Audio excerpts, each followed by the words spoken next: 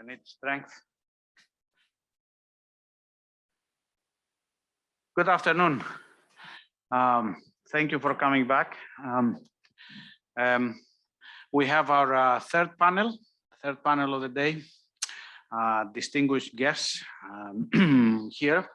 We will start with Dr. Dana Johnson, who is not here, but is represented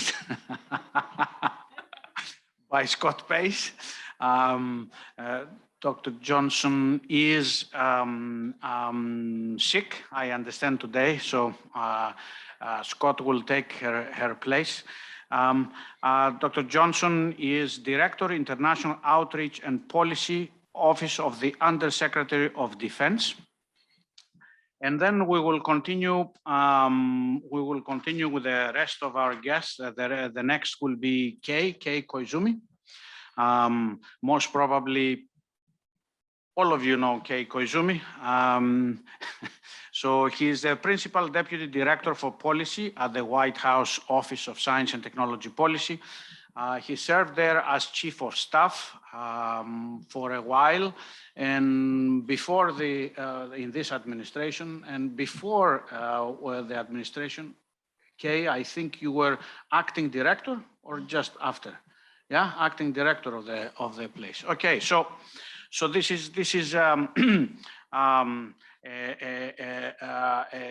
important alumni of ours, and we thought he should share his thoughts. And then we have next to him Bhavya Lal. Dr. Lal is the Associate Administrator for Technology, Policy and Strategy with NASA.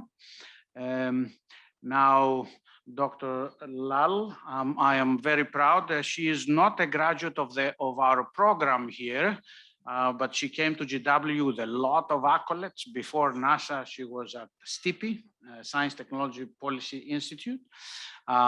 Before that at MIT.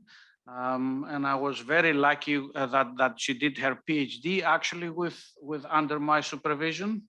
Published in 2012. I even remember the year, 2012, and it was not about space. It was on NIH, right? Excellent PhD, and I strongly recommend that you read it, because when I go around town and I hear about these programs for excellence, I tell them always read the dissertation of Dr. Lal, because she looked at such programs of excellence and she didn't find any amazing excellent beyond the regular programs. Do I remember correctly? So, so the academic, the research programs are very good, and the so-called excellence programs did not seem to be so much better. So that was the idea, which is a good policy lesson. And finally, to the left of Bhavya is Professor Al Teich. He is the former director of the Science and Technology Science Policy Programs at AAAS. As you heard today in the morning, he was one of the first faculty members of the program before going to AAAS, and now he has returned back as a research professor in the institute. So we will hear from them. We go first with Scott.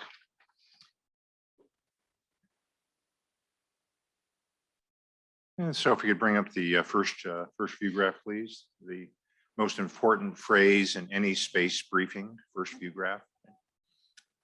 As you can tell, I'm not Dana Johnson. She's better looking, smarter, and she's a better driver than I am.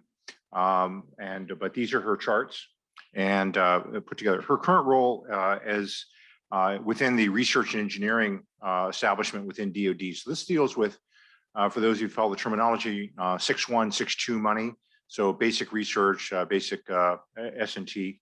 As I read in the president's budget, it's the only area that actually got a cut. I think S&T got cut about 13%. Other areas were increases. On the other hand, it's from a really, really large base. The DoD S&T base is really rather gigantic. So I guess I don't take the 13% cut terribly personally, because there already is a lot going on with that. So her role in the office is leading international engagements. In fact, she just got back from Oslo, which is a NATO meeting, which is kind of where I think she picked up the cough that necessitated me being here today. But the role is of international S&T policy as it relates to DoD's cooperation in basic research. So next chart, please. Go down one, or do I?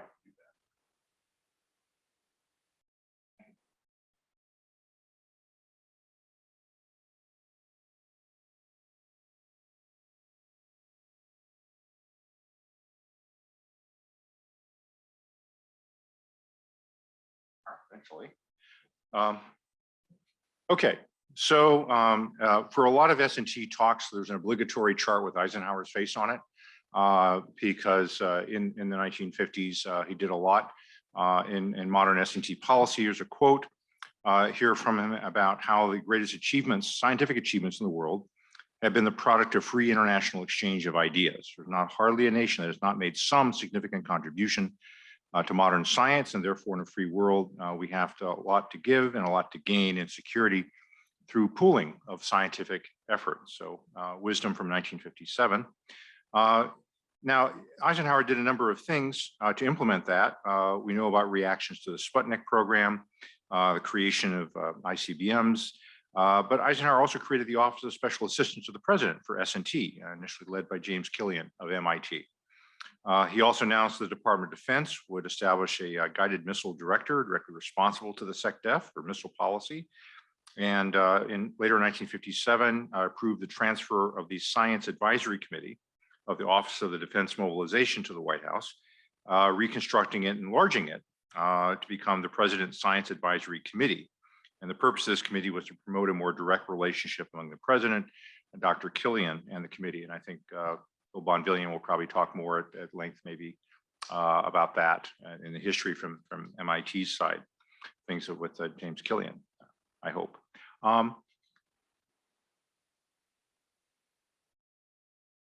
Okay, so one of the things that then Dana would start by talking about is how technology is transforming the battle space. I mean, fundamentally, threats are different today than they were in the past, and certainly different than the Cold War era. So 65 years later, the international security environment is a more complicated and dynamic one, with access to knowledge and technology being much more widespread, eroding what had previously been a unique US strategic advantage. These trends are noted in the US Director of National Intelligence Annual Worldwide Threat Assessment. And in 2019, the document noted that, quote, innovations that drive military and economic competitiveness will increasingly originate outside the United States. I think there's also a quote from Silicon Valley that you'll find out that most of the smartest people on any problem work for someone else. So getting access to that talent is increasingly important. Last year, ODNI's assessment noted the challenge to US leadership in emerging technologies, and particularly coming from China. So these trends place a greater premium in the US to stay ahead, and therefore cooperation is integral to that strategy, staying ahead. Next chart. Responding to these trends, various administrations over the years have established statements of national security policy and guidance, example shown here. The Office of the Director of National Intelligence Annual Threat Assessment, the Biden administration's interim national security strategy guidance, and the Biden administration's Indo-Pacific strategy for the United States, again, focusing on that region.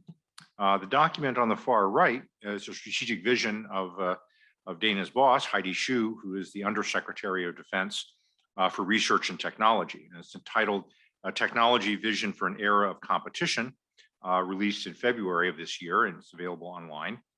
Undersecretary Shyu notes the importance of S&T in a strategic context, lays out Department of Defense's efforts to champion research, science, technology, engineering, and innovation.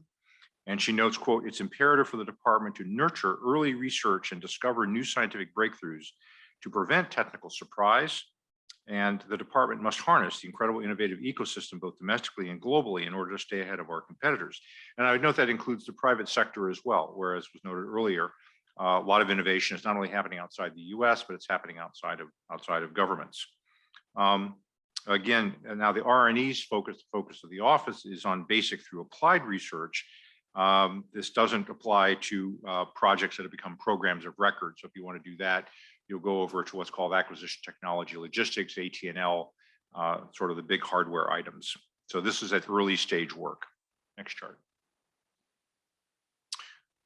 The technology strategy that Undersecretary Hsu has taken based on 3 pillars is what she calls, first of all, a mission focus, that is leveraging US technology innovation potential to solve DoD operational engineering and mission focused challenge. So it's not the NSF where you're solving problems for their own sake or peer reviewed or even decadal surveys emerging from NASA. These are solving problems that the Defense Department has in operational engineering and particular missions. So this is then means a focus on warfighting outcomes and with a lot of communication iteration between the R&D teams and mission owners. As you've probably heard multiple times, innovation is not a linear path. The second major pillar is foundation building, set a foundation to attract and build future technical workforce and infrastructure. This is always a continuing challenge because there's always a war for talent and somebody else always wants to hire your best people, or your best people may work somewhere else or may not be working on things you want them to work on. So how you send signals and incentivize people to come and work on the issues that you think are important is an ongoing challenge. In particular, Undersecretary Hsu notes the importance of modernizing the department's system engineering and software engineering practices to promote continuous prototyping and experimentation. Not a matter of just designing it once, throwing it over the fence and you're done, but an ongoing iterative process of experimentation. And then finally, third pillar is succeeding through teamwork, maximizing US asymmetric advantages by partnering within the larger ecosystem from industry to universities, from labs, allies, and partners, and don't just isolate ourselves among people who are easy and convenient to talk to. Key to what this office does is the view that allies and partner nations are an asymmetric advantage for the US, and therefore will align with nations that are aligned with the principles of the US to jointly develop and deploy technology, which is why she travels to NATO and meetings, and recently was at POST in Hawaii, which is the Pacific Science Technology meetings. I know Hawaii, it's real hardship post, sorry. But it is a thing, it's a global operation and it's a contact sport where you have to actually go out and meet with people, which has been of course hard with COVID. Next chart. In terms of the critical technology areas that are the focus underneath these pillars, is seeding areas of emerging opportunity. Listed here, you'll see biotechnology, quantum science, future generation wireless systems, 6G and beyond, advanced materials. Areas we're trying to be more effective in adopting materials that already exist and incorporating them into DoD systems. Trusted artificial intelligence on autonomy. I'll point out the last administration talked about artificial intelligence, but what's different here is the word trusted in front of it, which has all kinds of different levels of meaning, as you might imagine. Integrated network system of systems, microelectronics, space technology in general, renewable energy generation and storage, advanced computing and software, human-machine interfaces. Now, there's a couple of specialized areas very particular to defense, directed energy, hypersonics, which we've heard a lot about, integrated sensing and cyber. So the difference between these groupings is the seed areas are those technologies that are clearly less mature, but which offer promise to develop leap ahead capabilities. So where you're investing, 6-1 kind of money. Effective adoption areas are where there's an existing vibrant commercial sector activity that you can leverage off of, and where you want to align yourself and direct some of those interests to move better. So you're beyond basic research, and they may or may not go in a direction that's of interest to DoD. And then finally, there are those areas that are specific interest for meeting military requirements and needs, and either there may not be or you may not want there to be a commercial sector in some of these activities. So you'll focus them as a very specialized garden. Next chart. This is just a organizational structure about where the International Affairs Office sits, advising the director. And then what it also talks about is working with a family of various other R&E organizations across DoD. The Space Development Agency, Missile Development Agency, Defense Agency, I'm sorry, DARPA, Defense Innovative Unit, Defense Technical Information Center, and so on. So most people know about DARPA, and they've kind of maybe heard of Missile Defense Agency. Most people outside the space business don't know about the Space Development Agency. But there are a number of different areas in DoD that do work, and all of that comes into international cooperation. Let's see. Next chart, please. So the department, I think, has a pretty a coherent vision that they're implementing through cooperation with allies, and this is kind of the themes are kind of pounded over again and again in these various international meetings. Side comment, not Dana's comment. I used to work for Sean O'Keefe when he was NASA administrator. He was a former Secretary of the Navy. And one of his examples of how one does learning and teaching from that experience is repetitive rhythmic insult. I don't know if that's quite what I would use here, but repeating something and hitting it over and over again is important. So overall strategic level guidance I think is there. International outreach efforts toward high priority opportunities, seeking new opportunities, providing a structured approach to increase awareness, coordination, strategic planning. Now, the details of this can be quite varied. They can be everything from, say, using a test range in a friendly country that maybe we don't have here. It may be partnering in a laboratory. It may be deciding to coordinate different lines of research. You work on these experiments, I'll work on these experiments, or we'll duplicate it and we'll check each other and what comes out. There's a lot of different variation at a detail level about how this is executed. In general, as it's a government-to-government activity, it doesn't involve direct exchange of funds, similar to the way NASA does international cooperation. It's an exception to pay anybody. It's everybody works on their different part of the field and then bring those results together. And so these principles govern all of the S&T activities and criteria for engagement, including that cooperation should be equitable, not necessarily equal, but equitable, that everybody gets something out of it and there's some mutual benefit, and that be prioritized according to US S&T needs, foreign S&T strengths and opportunities, and US policy. And of course, acknowledges the importance of technology protection as well as technology promotion. In other words, protecting our technologies from falling into the hands of foreign powers that seek to use them to gain an advantage. Next chart. So I apologize for the linear structure. We've heard multiple times how linear structures aren't there, but it's a good way to explain to people what's going on, identifying common priorities, determining partner capabilities, conducting technical exchanges to reach suitable agreements and arrangements. And all of these activities need to have measurable outcomes and ultimately benefit the warfighter and be underpinned by suitable agreements or arrangements with that foreign partner. Next chart. Okay, so in a competitive environment, the goal here is to make sure the US is a partner of choice in basic research. Doesn't mean countries aren't going to work with others, but you want to make sure that the US is kind of at the center of the network, center of the web, that nothing should move or twitch without us hopefully being aware of it and ideally being a part of it. And for that, we want to attract people to come partner with us in basic research. And then identifying these near-term opportunities for demonstrations, joint experimentation, and prototyping. And last chart. Of course, the famous saying by Benjamin Franklin, which I think many of you have seen, upon watching the first balloon ascension from the Champ de Mars in 1783, was asked, what good is that? And of course, Dr. Franklin's reply is, what good is a newborn baby? So all these different areas are examples of new children that we hope will grow and thrive. And with that, I will turn it over to any questions, which I'll usually defer to Dana. But if I can answer any, I'd be happy to do that or pass to the next speaker. Nick, your choice. Okay, we'll press on. Thank you. I'll be around.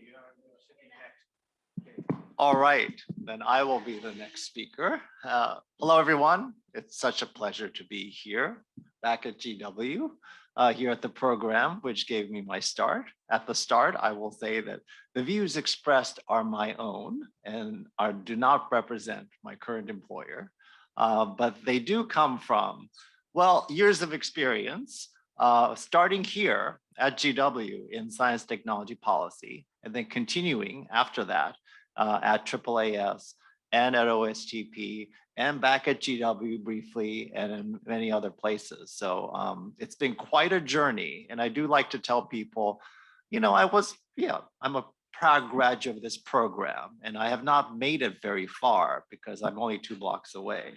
But it's the right 2 blocks. it's the good 2 blocks, yes. And along the way, in those 2 blocks, I've had the chance to work with so many people from this program in this room.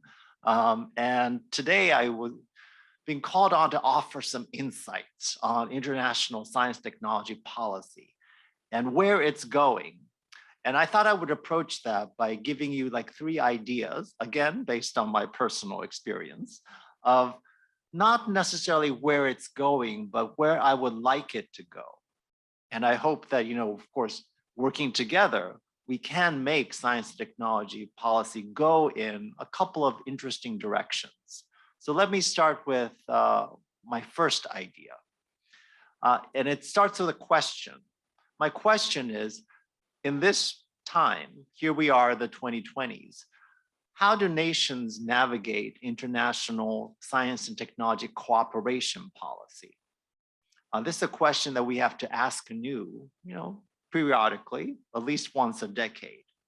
The situation that we see now is that we recognize increasingly that nations and national science and technology enterprises and their policy enterprises have to cooperate where we must in solving global challenges, including climate change, including addressing this and future pandemics.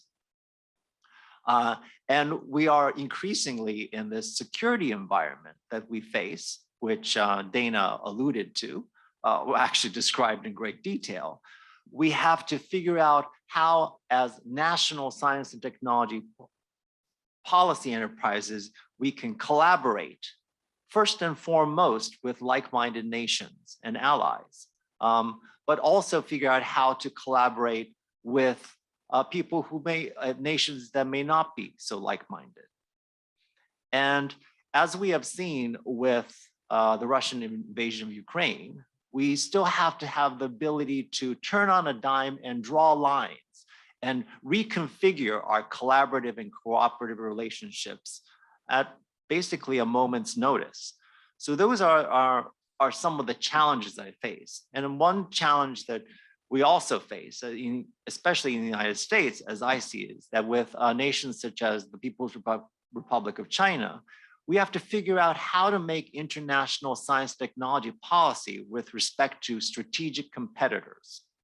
It's a policy muscle that we did use during the Cold War when it was the United States and the Soviet Union. And well, especially in this room, there's a lot of memory of that muscle, but we are having to rediscover and re-engineer those muscles for this new age when we're facing Chinese competitions. So for that, we have to figure out again how the Cold War lessons of science as a tool for international diplomacy can be adapted in real time to the current Russia situation, but also the current evolving China situation. And you know, we were faced anew with the challenges, and I realized that I don't have the toolkit necessary to navigate how to navigate international science and technology cooperation policy. We are very much kind of making it up as we go along. And if I may share one thing, I've been in too many meetings with Papia over the last month, and I now know much more than I ever wanted to know about how interdependent the US and the Russian components of the International Space Station are. We are enmeshed in that Cold War era project. And it turns out that it is difficult, if not impossible, to unwind that collaboration on a moment's notice when the world's conditions change. But going forward, there will be other instances when, as nations, we need to have a science and technology policy flexible enough to evaluate our cooperative arrangements and sustain the ones that make sense, curtail or cut off the ones that do not, and of course can snap back again when world conditions change. So that's a question that I want to leave us all with. And so great minds are here. I think together we can do that. The second one that I want to spend, I guess, the most time on is the question of how do we involve everyone in science and technology policy? So we know science and technology is a powerful force in both our nation and in the world. It's a powerful force in people's lives. But there is a science and technology policy on equality and inequality. And that's certainly a question that I'm grateful to Al for giving me the chance to start exploring when I was at AAAS, when several members of our Committee on Science, Engineering, and Public Policy were interested in figuring out how does science and technology contribute to increasing inequality, but potentially also alleviating inequality. But many years later, I think we're still lacking the understanding and the tools to enable us to do that. For a couple of questions underlying my big question, for democratic nations, how do we involve everyone in deliberations on the governance of new and emerging technologies? We tend to do this too late as societies and as policymakers. Scott just showed a slide about, trustworthy AI. We're considering what it means to trust, who trusts AI. But it's a couple of years after really these technologies have become mainstream. Is there a way in which we can ask these questions about participating and who participates in both the development and the governance and implementation of technologies before those technologies arrive? So I will say that I've noticed that the White House a few weeks ago held a fusion energy summit in which those questions were asked of fusion energy. And what I liked about that was, commercial fusion energy does not exist yet, if you've noticed. And yet, now is the time to be asking questions about, how can fusion energy promote equality, equity, jobs, economic opportunities now, 10 years or so from before it becomes a reality? And then what are the things we can do as a society to make sure that when commercial fusion energy does arrive, we have policies, governance in place to make sure that, that sited communities that will be near power plants are consulted and are part of the process. That, that people from all walks of life in America have the opportunity to participate in the future fusion workforce, and all these other questions. For many nations, we also have to consider how policymakers can consider the views of affected communities in research and in the introduction of new technologies. As we've said, we've begun to do that with artificial intelligence. Because we do know that the deployment of artificial intelligence-enabled technologies has differential impacts on communities, because there is such a thing as algorithm discrimination. There is such a thing as people having unequal access to the information that is collected about them, and then, of course, understood by AI-enabled algorithms and technologies. And we are still at the early stages of really incorporating those considerations of equality and inequality into policy and governance around AI and other technologies. Again, I'm happy that some people at the White House are working on what they call an AI Bill of Rights, or Bill of Rights for an automated society. as a way to get the principles and the framework for policy on the table so that future policymakers can actually build policies that consider issues such as algorithmic justice, input by affected communities, and right to redress on the table as the United States and other nations begin to do policy on the area. And then obviously, we need to make sure that more people benefit from the fruits of science and technology. And that more people are part of understanding and then mitigating the risks and downsides and challenges of science and technology. This again, I think is a task for all of us, because here, as a science policy practitioner, I don't yet have the tools or the understanding to be able to really put this ideal and this question into practice. But I'm sure that, well, before the next 50th anniversary, but sometime before then, we will have the tools. Just as earlier calls for research and practice have led to revolutionary understanding of other issues in science and technology policy. I will say to Bonville, I'm very grateful for your dissertation because this high risk, high reward research policy, that was a question. How do we do it? What are the things to look out for? Now we have better answers. And I hope as a result, now we have better policies for encouraging high risk, high reward research. And I think the third challenge, I'm going to leave you with an oldie but goodie, which is that we are continually faced with the challenge of having national science and technology policies within a global scientific and technical enterprise.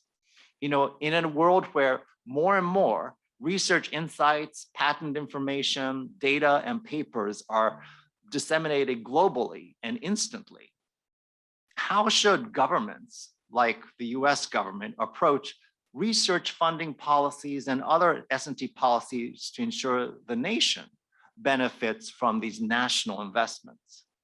And it's still an incomplete revolution because in many ways we are still working under the assumption that US research funding, for example, benefits US institutions and people first and foremost. That does still hold true, but less and less so as the years go on. So we do have some clues. We have more clues than before about this phenomenon. We know that it's about people. The knowledge is still very much embodied in a person by and large. And people are not yet anyway, in advance of the Hyperloop, not able to be like globally instantaneously available anywhere. But the role of national S&T policy in a global S&T enterprise, I think, is a question that I still have all these years, like 27 years after graduating from this program. And it's a question that I look forward to investigating with all of you for the next 27 years, if I'm still active in the field that long. So those are some of my thoughts, my 3 questions for where I would like international S&T policy to go.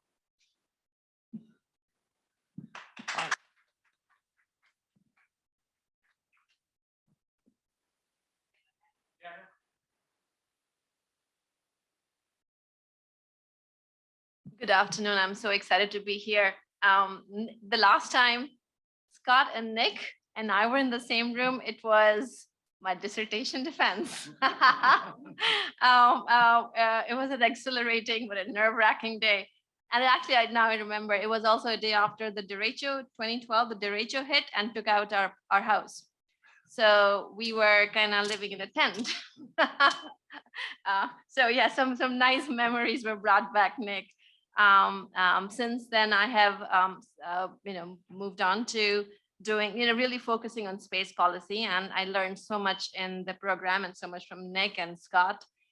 And now I'm the associate administrator, as Nick said, of a new office that NASA has created for data and evidence-driven policy and advice to the NASA administrator, but also broadly the NASA leadership. And so much I learned in my PhD dissertation, or even my coursework. At the time I was like, I don't know how useful this is, and I I do find myself going back to especially my policy methods books now and then. So if you guys ever think that what good is all this, it does come in handy. And actually, I'm originally way back when I'm a nuclear engineer, and a lot of my time now is spent looking at space nuclear power. So even that way early stuff is coming in handy. So school is useful. Okay, so I'm going to pull on the thread that both Scott and Kay mentioned, which is governance. And I will use space as an example of the need for better, more different kind of governance. So just a bit of background. The United States has 14 space framework agreements with foreign governments or space agencies or ministries. These, of course, they set out general rules for cooperation, and they're one method of implementing tools of governance. More broadly, the United States government has 52 S&T agreements with other countries and 6 more in process of being renewed. An emerging trend in this domain in these science and technology agreements is to include governance issues, such as commitment to scientific transparency, as well as respect for traditional knowledge. And that kind of goes to this evolution, from AI to trusted AI to, making sure that AI is, broadly addressing concerns. And again, and I'll focus on space here, but many areas of S&T cooperation are facing a similar need for rules. AI is one, biotech is another one. But let's focus on space.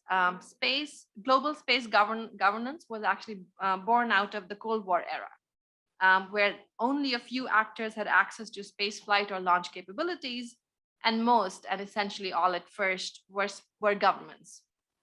Over time, starting with Outer Space Treaty, 4 foundational UN space treaties, plus another one called the Moon Treaty, which we don't think is foundational here, were created, and they were non-binding. And in addition to those 4 treaties, which are law of the land, there were also, I think, 5 or something like that, a non-binding set of best practices that were created and make up the backbone of global space governance. And again, I should remind you that we have both Scott Bass and Henry Hertzfeld here who will correct me if I say anything that's incorrect. So I'm actually happy about that. So none of you will go back with incorrect information. So all these treaties and the best practices are a product of their time, which was essentially emphasizing the prevention of militarization of space. They also baked in a geopolitical compromise between state-controlled Soviet bloc that only wanted government actors in space and the Western bloc that wanted to open the door to commercial activity. The compromise is actually, I understand, and sort of my view, it's unique in international relations in that private activities are allowed, but ultimately responsibility is placed on governments for what private actors do. So that's kind of a bit of history. So what's happening today? Again, all of you read the newspapers. Space has matured into a domain driven by a much greater number of actors, not just nations, but also private entities. SpaceX is talking about a 30,000 satellite constellation. This company called eSpace, registered in Rwanda, is talking about hundreds of thousands of satellites in their constellation. And of course, these are just 2. There is OneWeb, there is, constellation in Europe. There is, unknown number of constellations that are being developed in China as well. So space is, and again, this is getting a little hackneyed, but it's more congested, contested, and competitive than it had been before. As a result of these greater number of activities, there is sort of more we need to do collaboratively in space. One of the things is what's called space situation awareness and space traffic management. How do you know when 2 satellites are coming close? How do you know that they may collide, and who moves if there's an impending collision? And we don't really have some of those rules. As these satellites stop working, or the rocket bodies that launch those satellites that don't come down back on Earth, if they create debris, sort of what's called orbital debris, who's responsible? If orbital debris hits the International Space Station, it will cause immense harm to the world. If we have, we don't really have any danger coming to GPS, which is in medium Earth orbit. But at some point, as the number of satellites grows everywhere, we need to start to worry about some of these issues which did not exist years ago. Even in terms of new technologies, there is a group of capabilities we are developing called on-orbit servicing, assembly, and manufacturing, where instead of launching entire satellites on Earth, or sorry, building and then launching entire satellites on Earth, we manufacture, assemble satellites in space. So how do we decide how, if one of those space satellites, which was potentially manufactured by one country with collaboration with a company in another, and that causes some damage, how do we know who's responsible? There's a lot of questions that we didn't have that we are now starting to have. We pay a lot of attention to geostrategic and economic significance of space. Kay mentioned, the ISS, which is a joint collaboration between United States, Russia, and several other countries. We talk a lot about the economic benefits of space, all these billions of hundreds of billions, trillions of dollars that will come out of the space economy. But we don't really talk about these global governance issues that are just becoming way more important than they used to be. Once I mentioned these 4 foundational treaties, I mentioned these best practices. They were once adequate. They may prove ineffective at managing some of these activities I'm talking about. So what do we do?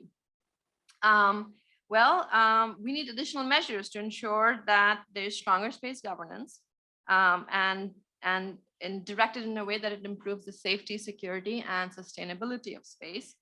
And that's something that we are afraid to even talk about oftentimes. It will prove to be a delicate, if not a tricky balance. Again, to kind of reinforce, throughout the Cold War era, when technology was in the hands of a few countries, reaching consensus on these treaties was much easier. Today, the same technologies are in the hands of dozens of countries and many more private actors. So amending these treaties is likely going to be a non-starter. It would be extremely difficult to gain consensus. It would open up provisions that we like very much that have served us well for decades. And in any case, the problem isn't that the treaties are wrong, it's that they don't provide enough guidance. The most productive path forward is to elaborate on these provisions of the treaties that need additional details and fill in gaps elsewhere with enormous, and again, some of these are my views, and I would love a discussion if we have time, either today or another time. Is the bottom-up approach more desirable for many of these issues? The governments can lead by demonstrating good behavior and serving as a tip of the spear for new governance ideas. Maybe we can we can do good. And Artemis Accords that NASA developed, that actually NASA and State Department and other government agencies have been implementing, are a good sign that we can do things that take us to the next level. Governance can take many forms: industry best practices, internationally adopted best practices, international political commitments like Artemis Accords, bilateral or small group agreements, for example, the ISS, IGA, domestic legislation and regulation, and there's a lot of discussion in the United States around that, and even contracts. But the core question is, we need to move forward. How do we do that? And that's a question I want to throw open to all of you, the next generation of thinkers in the world. Thank you.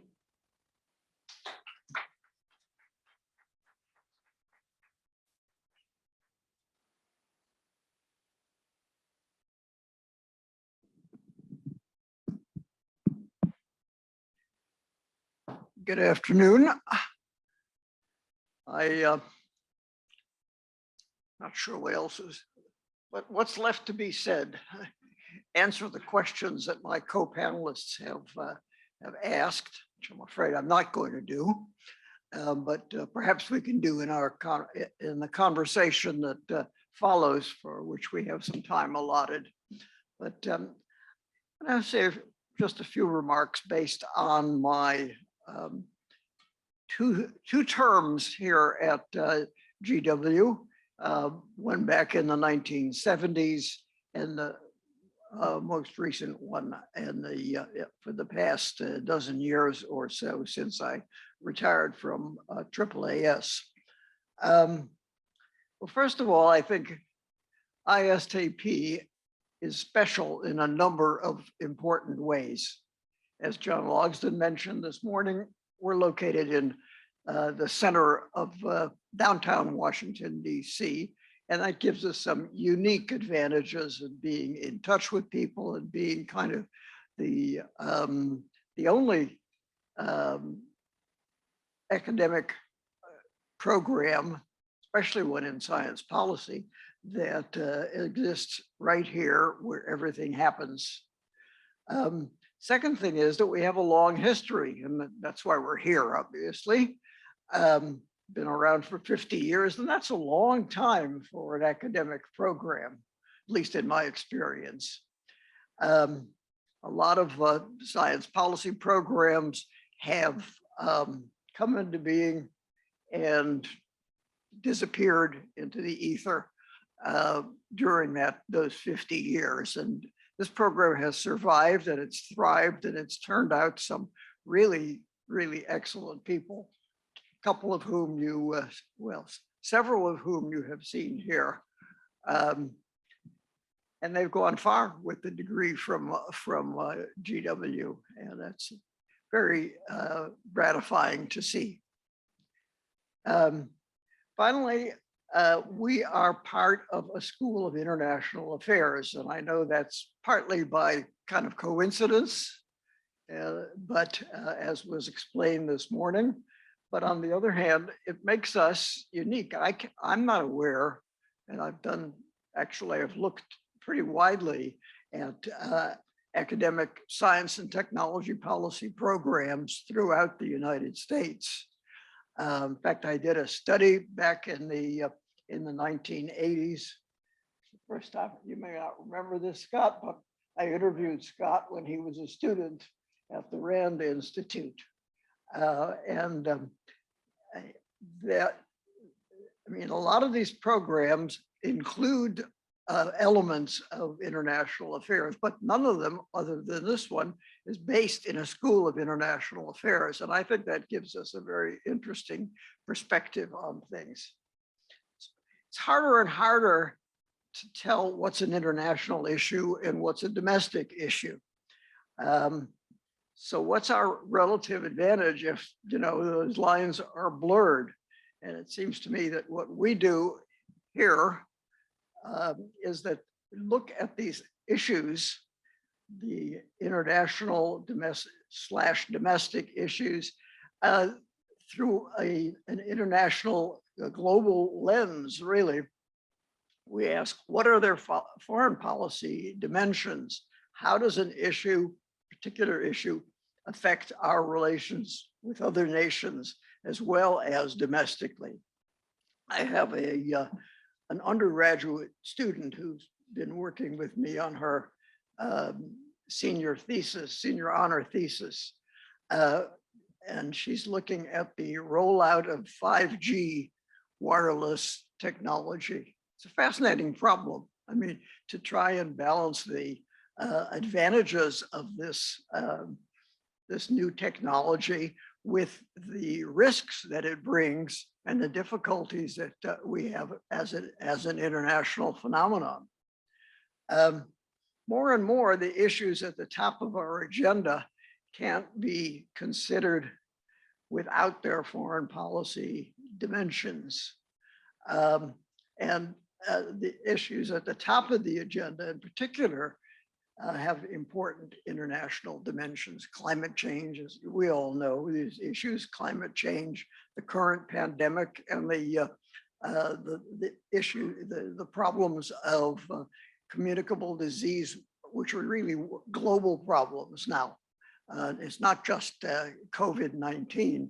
It's a whole lot of other problems that, because of the way the world has come, travel has become easier. The globe has shrunk.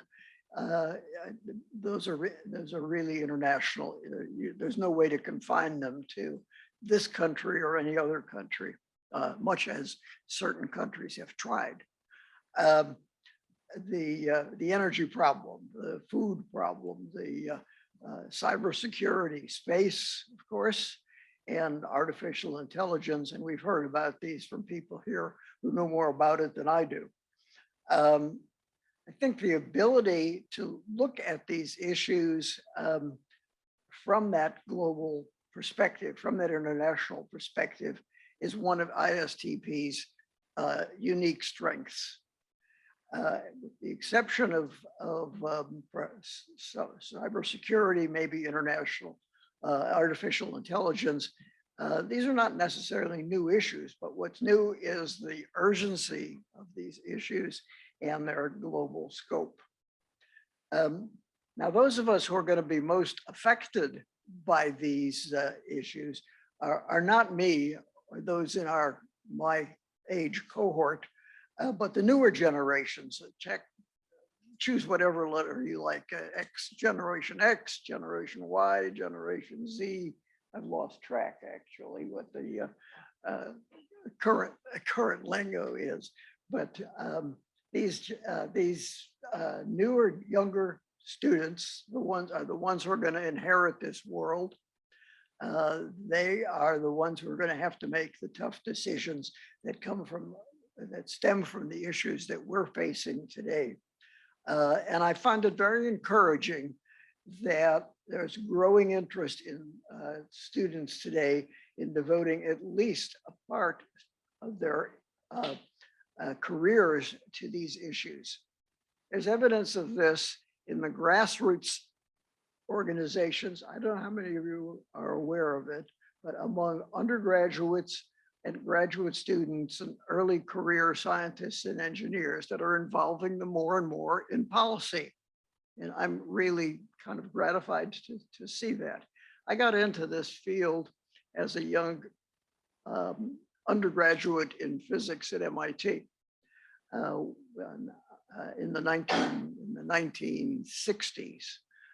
When I attended a talk by a young engineer who had come to MIT after spending a couple of years at what was then the Office of Science and Technology, before it became an Office of Science and Technology Policy, the Office of Science, OST, in the White House, working with Dr. Killian, who was first science advisor, and Dr. Wiesner, both of whom, by the way, had ties to MIT. It was kind of a club, and he came to MIT. He spoke in the physics department, and I heard his talk about this policy work that he did with using his technical expertise and on issues that involved technical problems.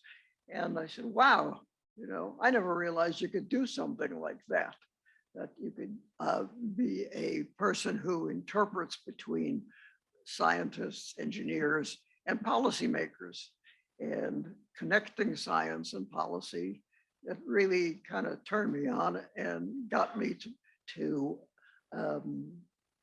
enroll in the political science section of the economics department at MIT, instead of continuing my education in physics. And I applied to the PhD program there.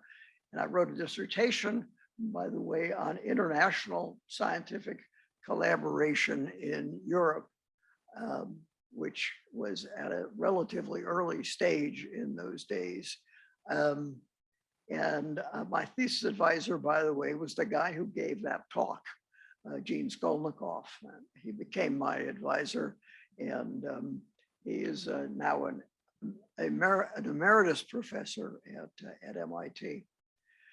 Well, looking at what's going on today, the students aren't just aware of the possibility of connecting science and policy. They recognize it as a necessity and something to which they can actively contribute. And many of them are pursuing it. There is, I don't know how many of you are aware of this or connected. There's a national science policy network of student organizations. There's really grassroots kind of student organizations that exist, and they have a total at the moment of 69 local chapters, including one here at GW, by the way.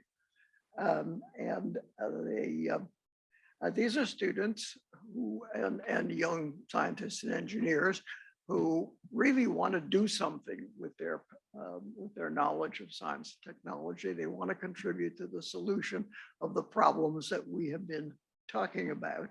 And they get together not just for happy hours, but for all kinds of activities and seminars and short courses and conferences. And I have to confess that I don't know as much about them as I would like to know, but I find it very encouraging that this kind of grassroots movement is going on.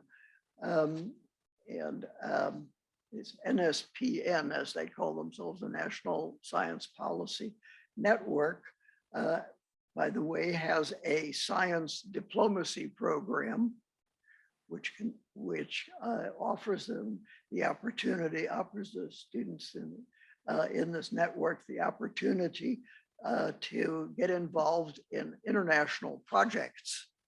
You can look it up on the web. It's a fascinating development that I find very heartening. So what I want to do is to try to connect what this program does, what ISTP is doing, take advantage of this energy that's coming up from the younger generations and to get them involved in what we have been doing for the past 20 years, and connect this program and the people who are associated with it, with the students and the Science Policy Network. And I think it needs to, that's an opportunity for us to broaden our reach. And that is something that is an active kind of, as an action that we can take. And I think it will yield benefits down the line. And I'm going to call it quits right there and hope that you are interested in conversation about these issues. So thank you.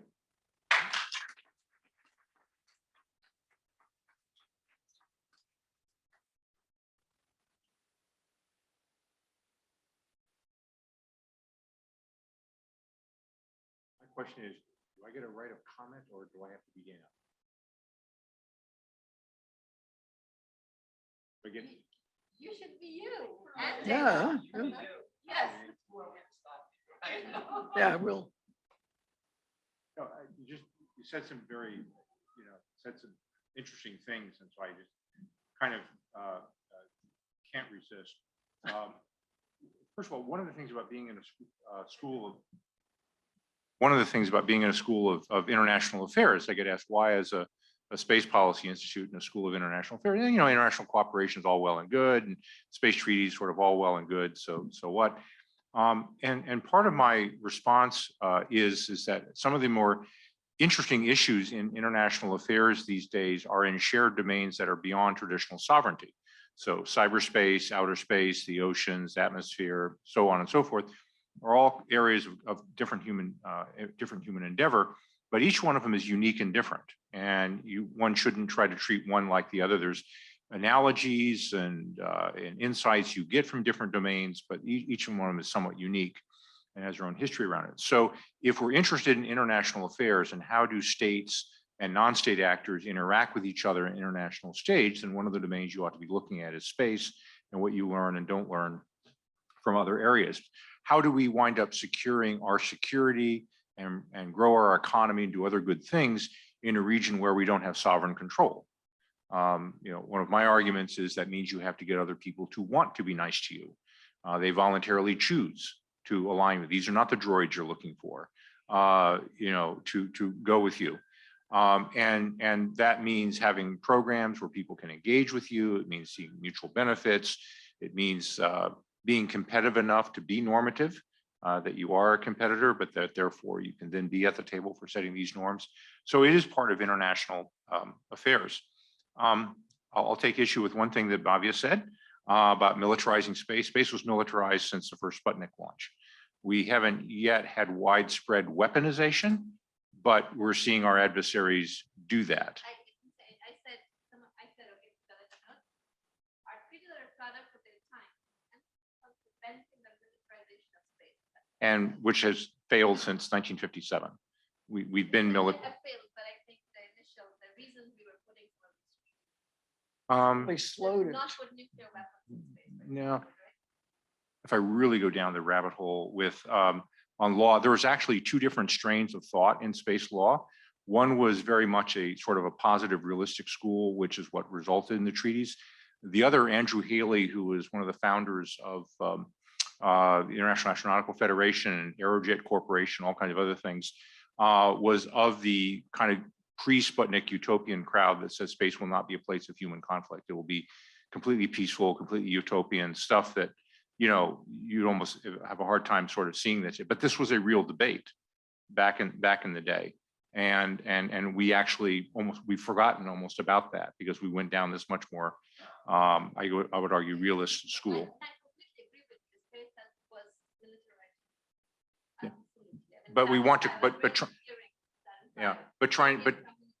there you go. Anyways, you're trying to manage though the consequences of that and reduce the effects of arms races or stopping them from happening, all those other good things and stability. Don't mean to pick on. The other things where though we have opportunity going forward, dealing with governance, most people think about governance in terms of you know, telling states what they do or don't do. A lot of governance issues are simply trying to implement the treaties that we have. So you mentioned effectively Article 6 of the Outer Space Treaty, where state parties are responsible for the activities of their nationals going out there, which is unique. That doesn't occur with the oceans, for example. You can go become a pirate and your original home state is not responsible for you. But if you become a pirate in space, you know, we're still going to be responsible for you. So Mark Watney and the Martian was wrong. There can't be space pirates.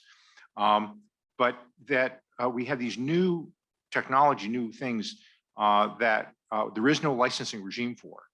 Launch vehicles, remote sensing systems, satellite communications, all of these came out of government activities that then became private.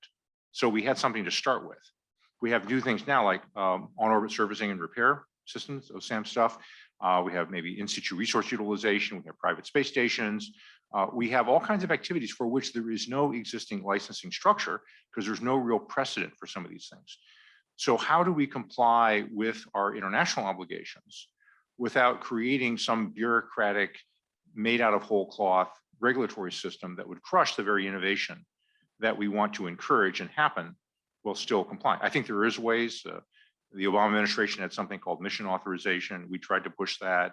It still needs to be pushed, I'll argue, but as kind of a middle ground between trying to create some new regulatory system because you want to promote innovation, but at the same time, meeting your obligations under international law. And so this is an example of the kind of cutting edge issues of technology governance happening in this domain that I think a place like ISTP can be helpful for. I'll stop. Nick.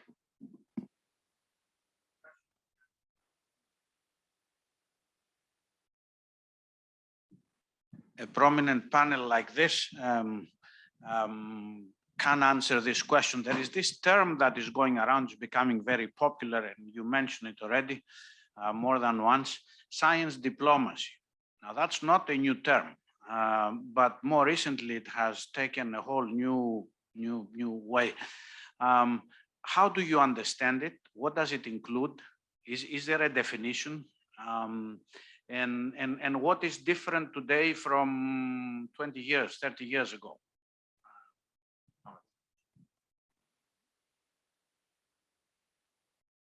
Yes. Science?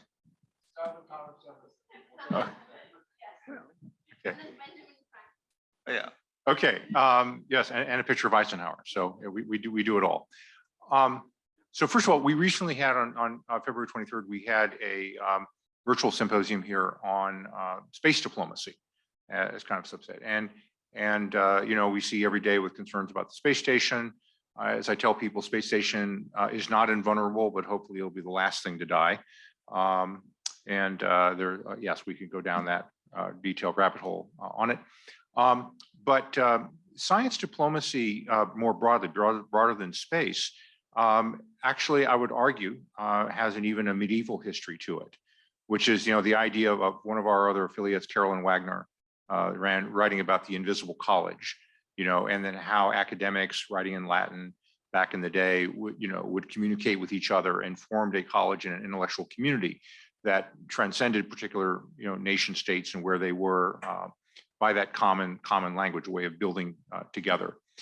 That idea of an empire of ideas and communication is, when it blends with diplomatic relations of states, is what I would consider sort of science diplomacy. You start from a community that has transnational interests or broader interests, but that then works in a way aligned with interests of states to advance those national interests of states. Now, those scientists, diplomats / science diplomats will have their own self-interests. They're still humans, and they're still going to pursue those self-interests as they see them.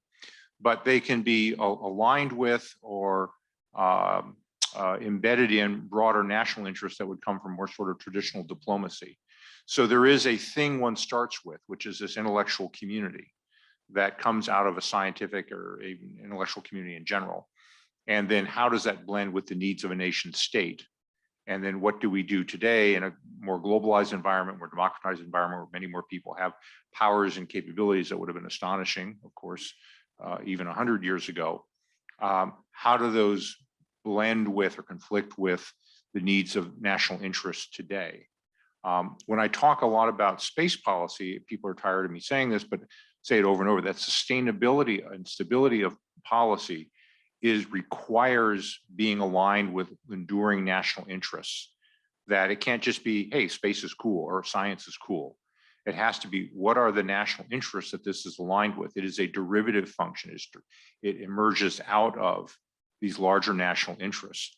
And it can kind of operate separate from those interests for a while, but it's not sustainable.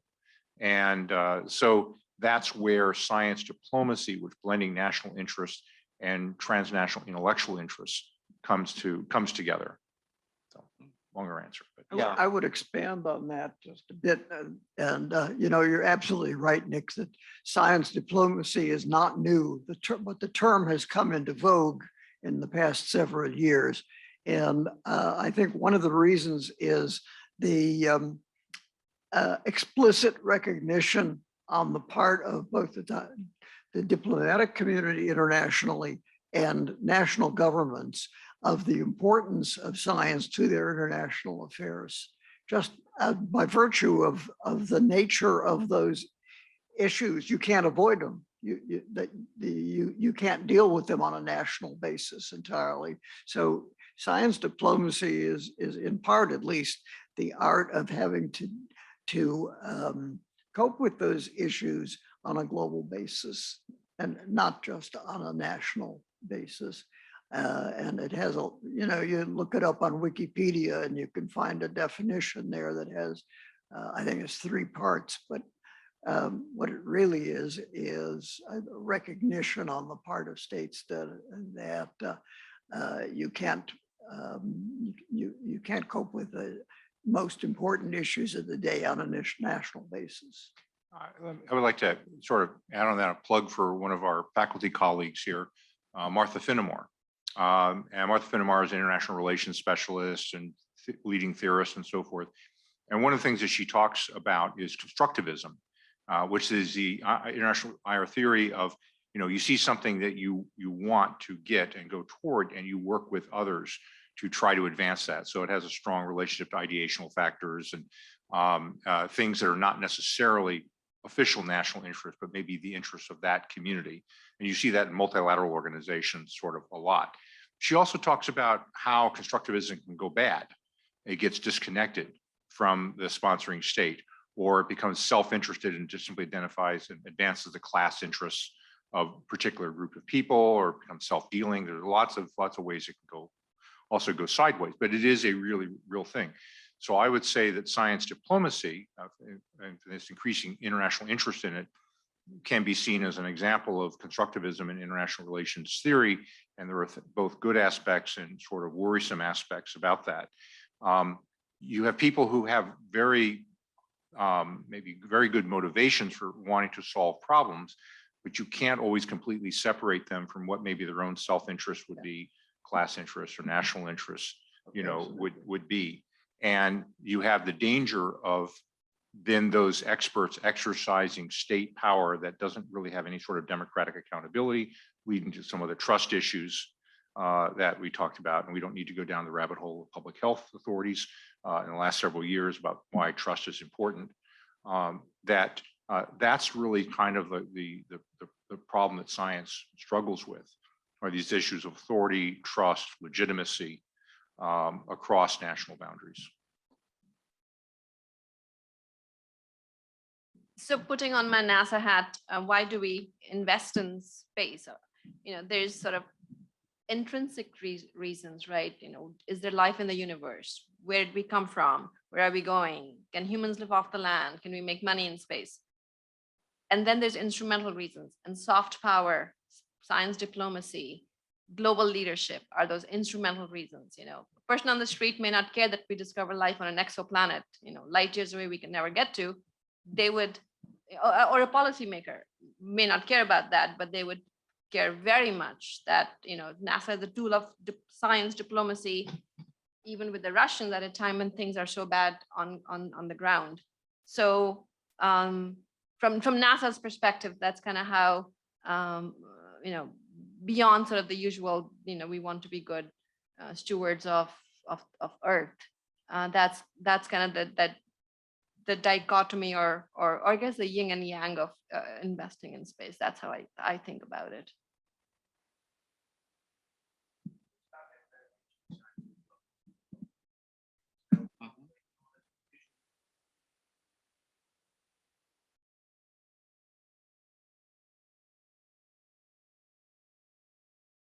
So I've got a question, particularly probably for Kay and for Bonvillian. But Alan, Scott, please jump in. At the end of the Cold War, we saw a remarkable era of integration and globalization. There were pros and cons to it, obviously, but it was a remarkable era. And I do have to say that I think, and many have commented on this, the invasion of Ukraine marks the end of globalization. And it's on. All right, closer to my face. Take There your we go. mask down. So with the invasion of Ukraine, many have concluded that the era of globalization is over. Globalization is dead. Obviously, there is a great invisible college referenced earlier of science that's out there, and you all sit astride, important pieces of that that invisible college. Who is making the policies that confront this kind of new Cold War reality, right? This kind of end of globalization reality against the backdrop of the need for collaboration in science and the fact that science really evolves internationally. Are you focusing on that? Do you have teams organizing this? How is that process? It's dawning on everybody in recent weeks. How are you putting together the efforts? You're asking a work question. Okay. I think in short, I will say that there are a lot of people working on it, not always in the most organized way. That it's been a mad scramble. We've all witnessed it, right?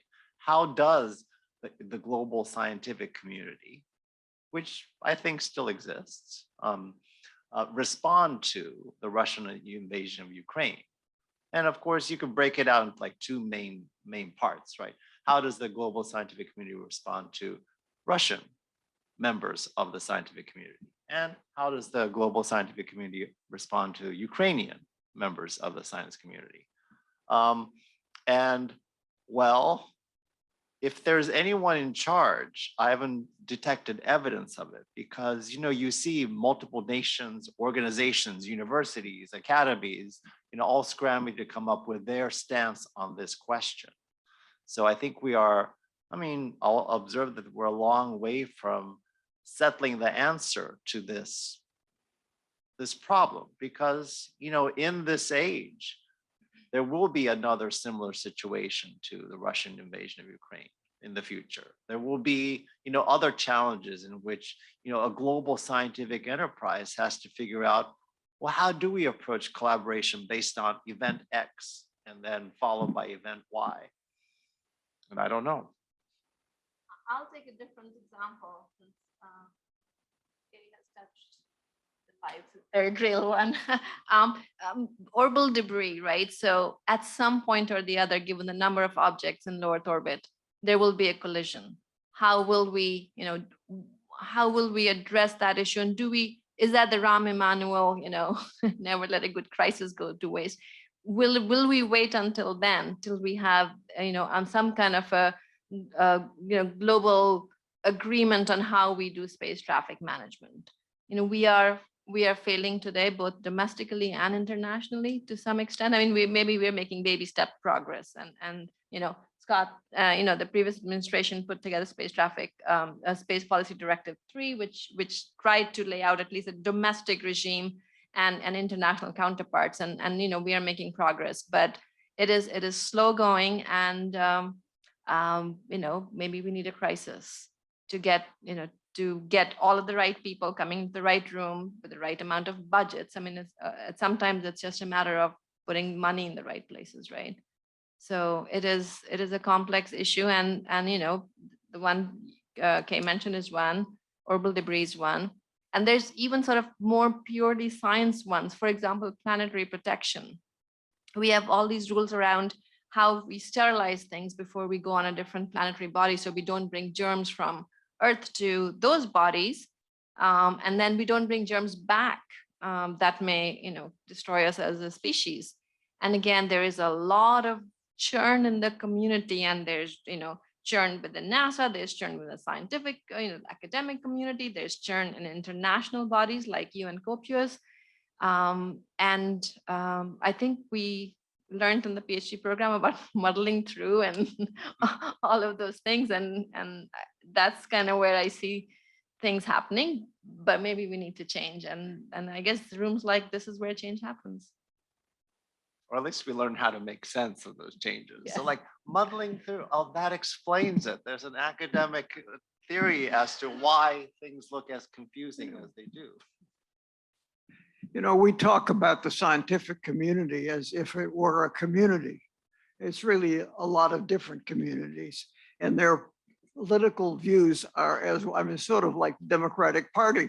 You've got a huge range of views in the scientific community, and they are you can't really generalize about the community. You can talk about the community's leadership, but even at that level, I think that there are broad differences of opinion on things that are not necessarily just that don't affect science immediately and at the gut level. Henry has a. Oh, we'll go for Henry. I just wanted to address one issue. And Bobby, you labeled your title as governance. And we've all used the word. It's nothing wrong with it, but I think it implies an agreement among nations that work together to really be able to enforce various decisions. And I just wonder, because words are important, if it's really laden with something that is not going to happen in today's world anyway, even if we'd like to see it to solve some problems. I've tried to step back and use the word manage space. And actually just yesterday, I heard one of our State Department people use the word coordination among nations. If we soften it and aim a little lower, because it really will be up to different cultures, different societies, and different approaches. But if we can coordinate these efforts internationally, we may have a chance. So I just wanted to throw that in as a suggestion. So I think one of the things I guess I'm having a theme here coming back is issues of legitimacy and trust. If people see decisions being made by some, elites off in a corner somewhere that doesn't consult them, there's not going to really have a lot of legitimacy. And Kay, talked about this, a bit at the beginning about multi-stakeholder analysis and are people in the room and involved. But, and so I agreed with everything actually Kay said, which may surprise him.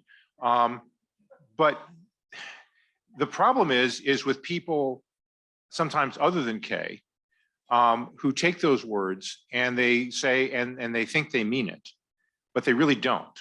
And they will leave out certain economic classes. They will certainly leave out parts of the country. They leave out, political viewpoints and so forth as not deserving of being included in that for whatever variety of reasons.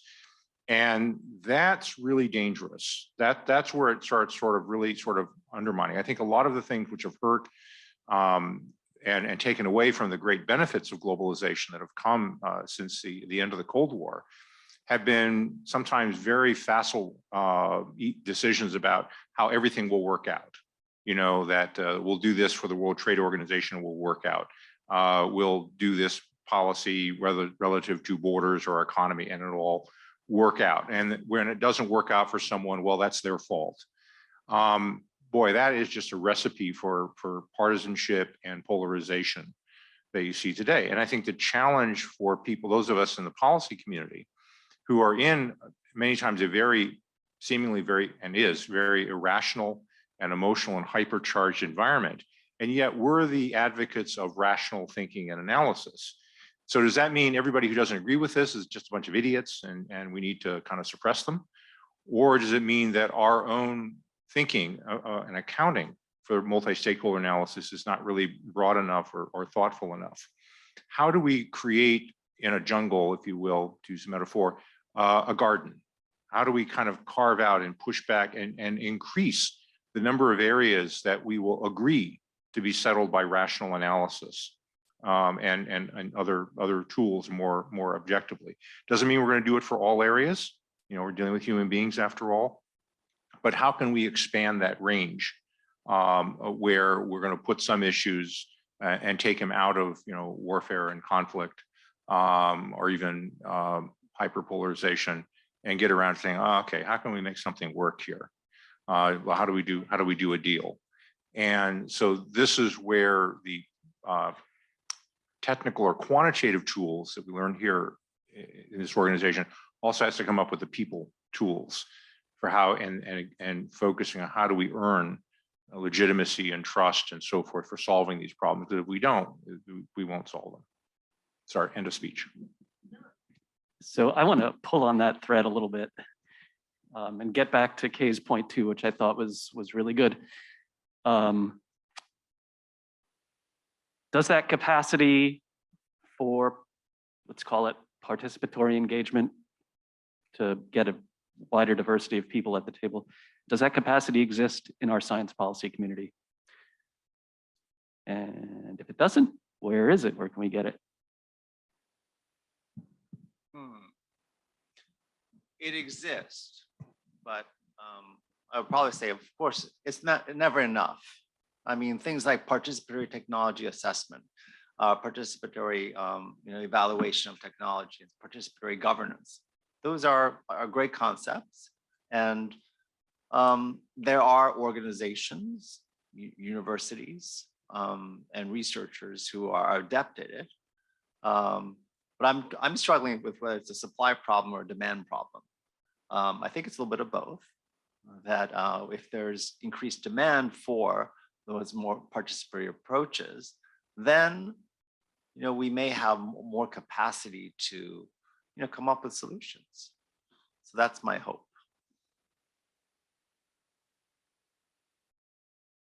Give maybe a smaller example, and it may not be maybe as broad as what you mean. In some areas, there are what I would consider appropriate levels of participatory engagement that balance stewardship of public goods with input from the community. And that's in the decadal surveys that NASA uses for for astrophysics, planetary science, and so forth. NASA doesn't have science priorities. Their science priorities come from the community. Now, the trick is to identify what's a community. You know, the astrophysics community came together first because they were sort of the most cohesive. Many of them look like, you know, Sheldon from Big Bang Theory, so they all knew each other, right? So they all grouped together. The Earth Science group is much more diverse. They were really the last to kind of come together because the range of issues they had to deal with was really hard for them to come together as that community. But NASA and I found Congress in general really love decadal surveys, not because they understand them, but because they know that the relevant community thrashed all this stuff out themselves and they don't have to. So they go, okay, you got 47 projects, I only got money for 3, but it's going to be these 3 because that's what's in the decadal, right?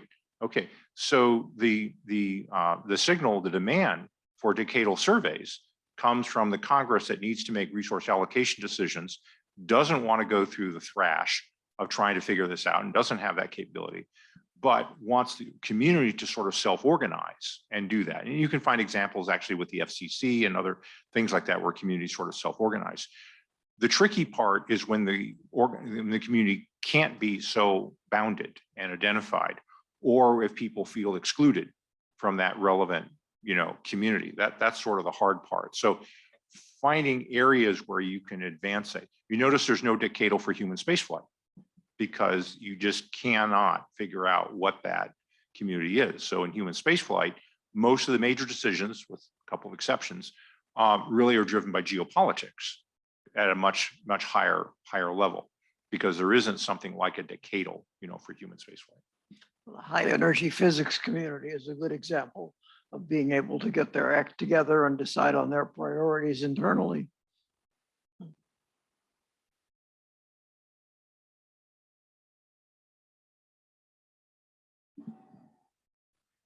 Hello, I'm Bob Hershey. I've been coming to these for all of your 50 years. Have a question that you can all comment on is, how is the internet changing what you're doing?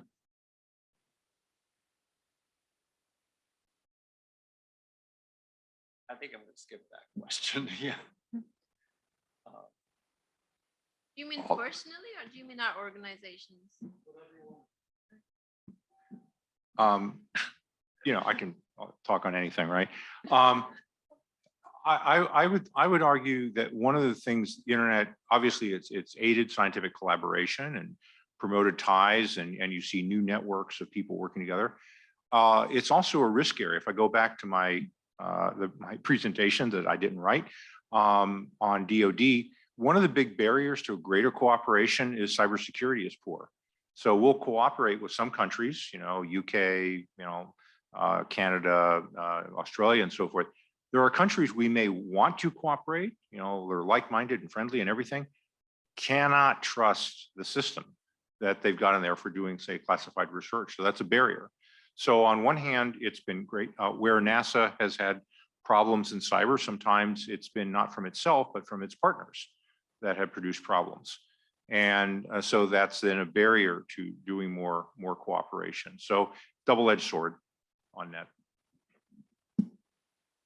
I guess I would add, I obviously agreed with everything Scott said. I think the internet is allowing NASA to reach underserved communities more than we were able to, especially in earth science data. So, you know, we've been forever collecting all these giant amounts of data, which, you know, if you were at MIT, you knew exactly how to use, but if you were out at, you know, University of, you know, somewhere out in the boondocks, you don't know how to do it, right? So we are trying really hard, and internet is a big tool to get to those communities, to help them understand how to use this, you know, climate data that they really would benefit from using. So that would be one thing that has changed in the last many years.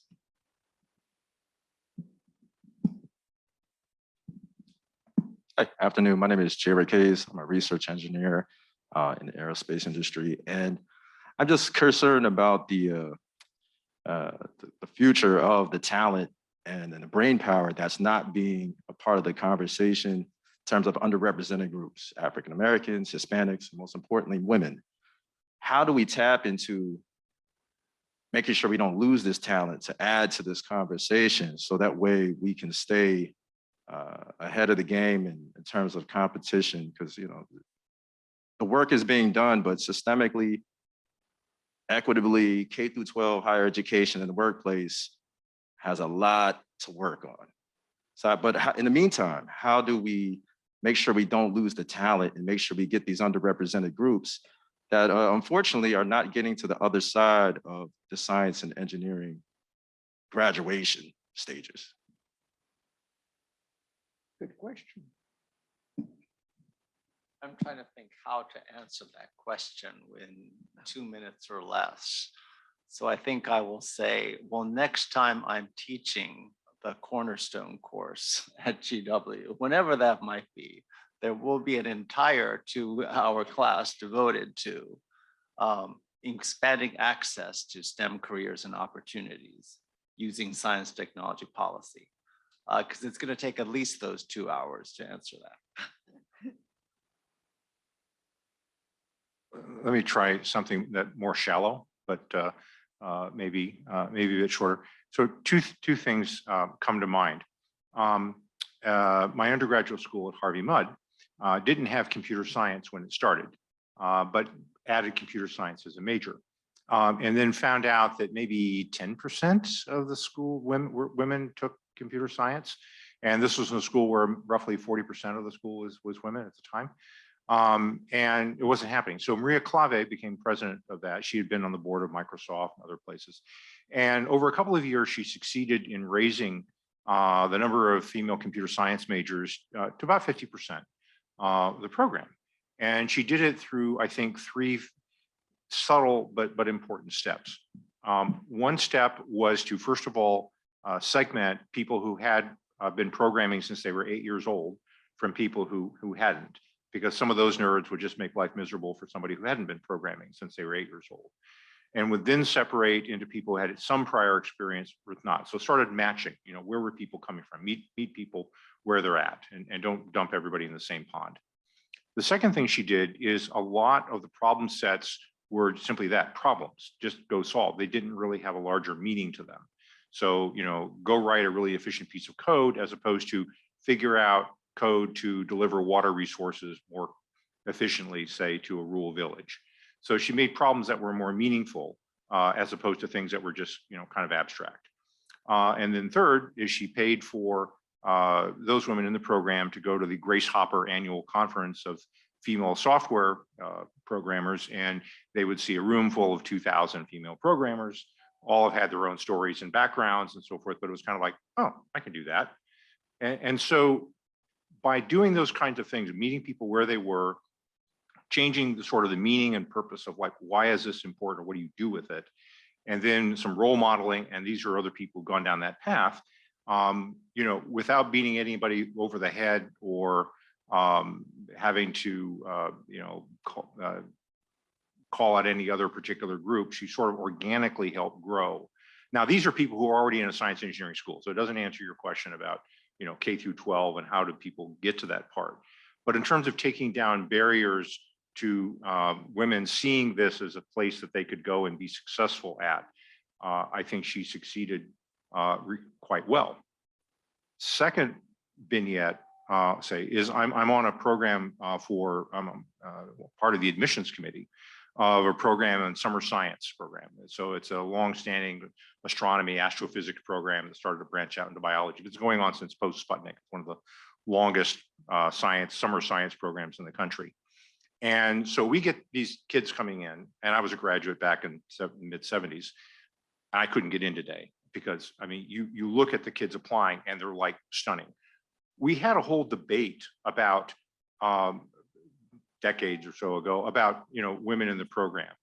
And there were a bunch of old guys who kind of got their fur up about, we can't lower our standards, you know, to admit more women, blah, blah, blah, right? And then we finally got into like, well, let's look at the data about what we're getting in the pool.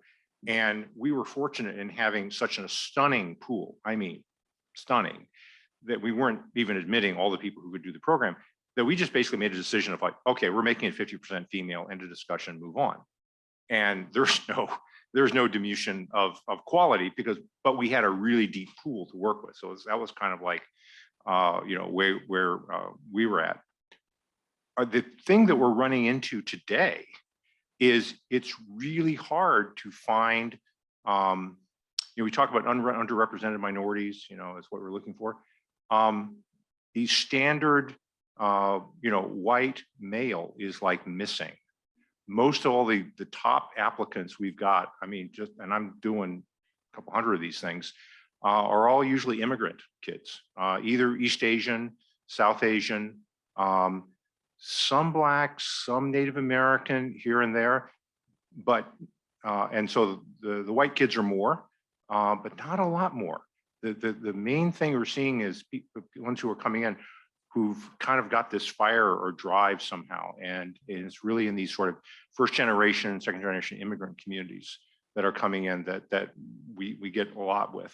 And so one of the things I'm going is, that's great. So I'm filling my, you know, class, and the class looks very different, you know, than it was when I went through the program.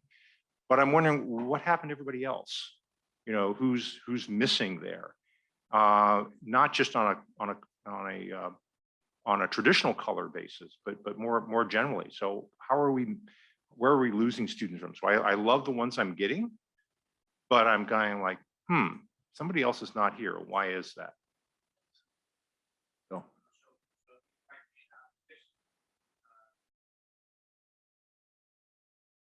Mm-hmm.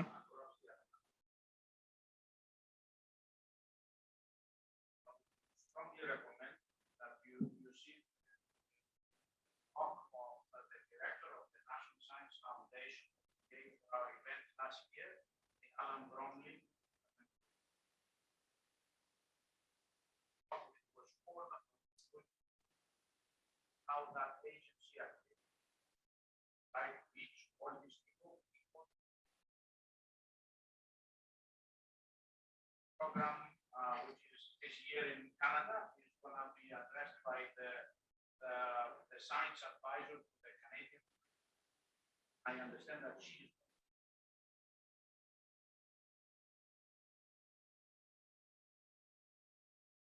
is absolutely right. We see this from our applications. At least the measure in our program is 50+.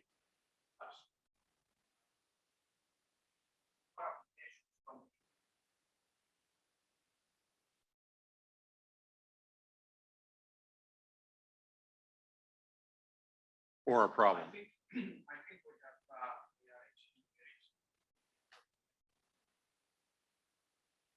George. One last one to finish the talk.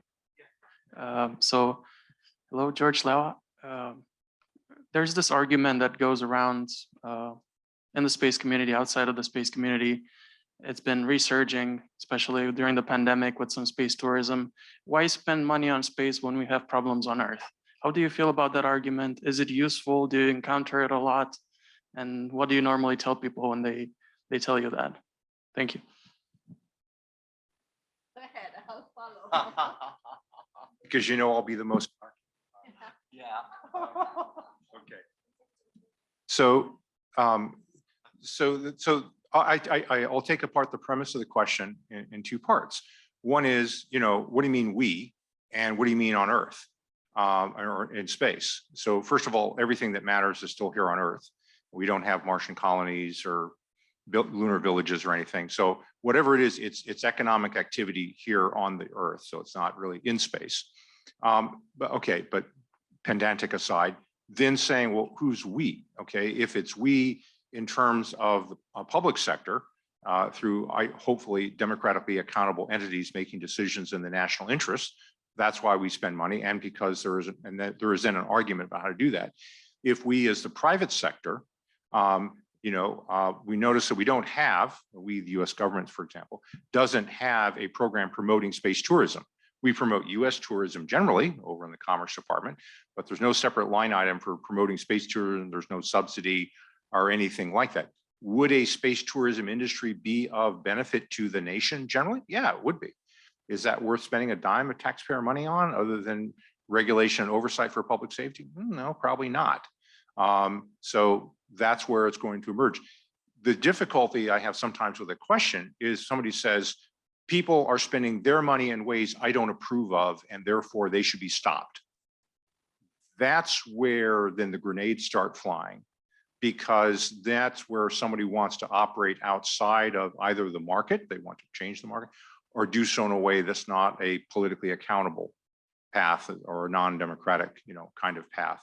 And so usually you have to dig a little bit to find out what are people really talking about. Some people are just fine if you say, we're not spending tax money on it, so don't worry about it. Other people go further and say, well, they shouldn't spend money on that. Like you shouldn't buy a Ferrari, or you shouldn't spend it on a vacation you like, or whatever. That's a different thing of somebody imposing their value judgments on it. And that's usually I would argue is out of bounds. Yeah, I mean, obviously I agreed with Scott. What I would add to what Scott said was, even if we were in hypothetically speaking, in principle, spending money on space tourism, in principle, subsidizing it, it is leading to things that are actually important. And an example from a totally different sector is in the 1980s, NIST developed, these composites, and the early buyers of the composites were yacht manufacturers, which were, as you can imagine, bought by billionaires. And there was criticism that, government is subsidizing, billionaires, right? Yeah. So, but over time, those yacht buyers, they worked out the kinks in these composites, and now we see composites everywhere, including in hospitals, right? So again, this is hypothetical, but if the billionaires using their money and potentially maybe a subsidy from the government make it cheaper for us to be in space, maybe there's public value to it, right? I mean, we already know huge amounts of public value from investments in space. I mean, 80% of our climate data, the reason we know there's global warming is because of of observations from space. GPS is $1 billion. I think loss of GPS, there was this NIST report was, is $1 billion of economic loss per day. And that's just in the United States. So space has huge amounts of value, and any investment, and again, we have to be careful, and we are, and there's all these checks and balances. I think and again, I mean, agreed with everything. There's no Earth versus space, right? I mean, we are we are an economy, and we have a system of government where we make decisions that, over the long term have served us. Yeah, I think that one of the things that the economist is standing up, and that's actually my point. The thing that often people miss from the question is not only do you not understand that innovation is not this linear process, but that, when people hear that argument, where billionaires will do good things that will trickle down to us, people say, well, why don't I just do the good thing directly? Why can't I just skip to it? And what they miss, and I think what I hope our students get, is that there is a complex interrelationship with the market, and that the idea that you can direct resources to get something, directly, misses the complexity of innovation, misses the signals that go back and forth in a market structure that get to the benefits of composites in hospitals, when you started at the other end. And sometimes people want things to be simpler and just command and control, and I give an order and this happens. It's a lot messier than that. And so we should be a little humble in front of that messiness that is the innovative economy.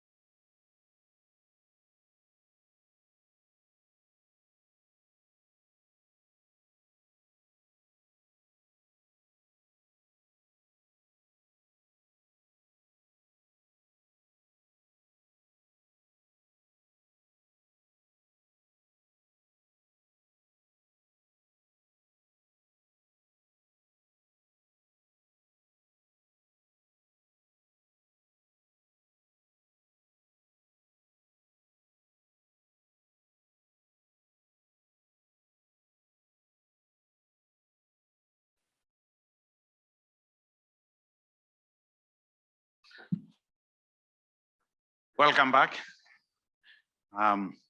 Our final for today will be by Bill Bonvillian. Bill has been a friend of the program for a long time, and we are very, very thankful. I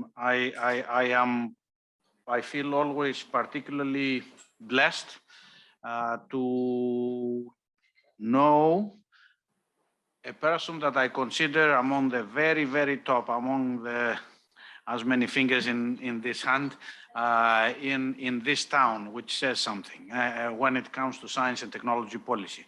So Bill had a long career in the US Senate as a staff member, senior staff member, ending up, I think the last one, Simon, was with Senator Lieberman. Was it the last? All right. He participated actually in writing many of the pieces of legislation, the very, very well-known pieces of legislation that everybody is trying to emulate now around the world. And after that career, he started a new one as a lecturer and director of the MIT program here in town. He's still teaching for MIT. He goes back and forth. He commutes for that teaching for many, many years now. And I consider him one of the most powerful thinkers in this area, applied powerful thinkers. So we asked him to give a keynote tonight, and I think he has presented a beautiful piece. So please, Bill, join us. Thank you.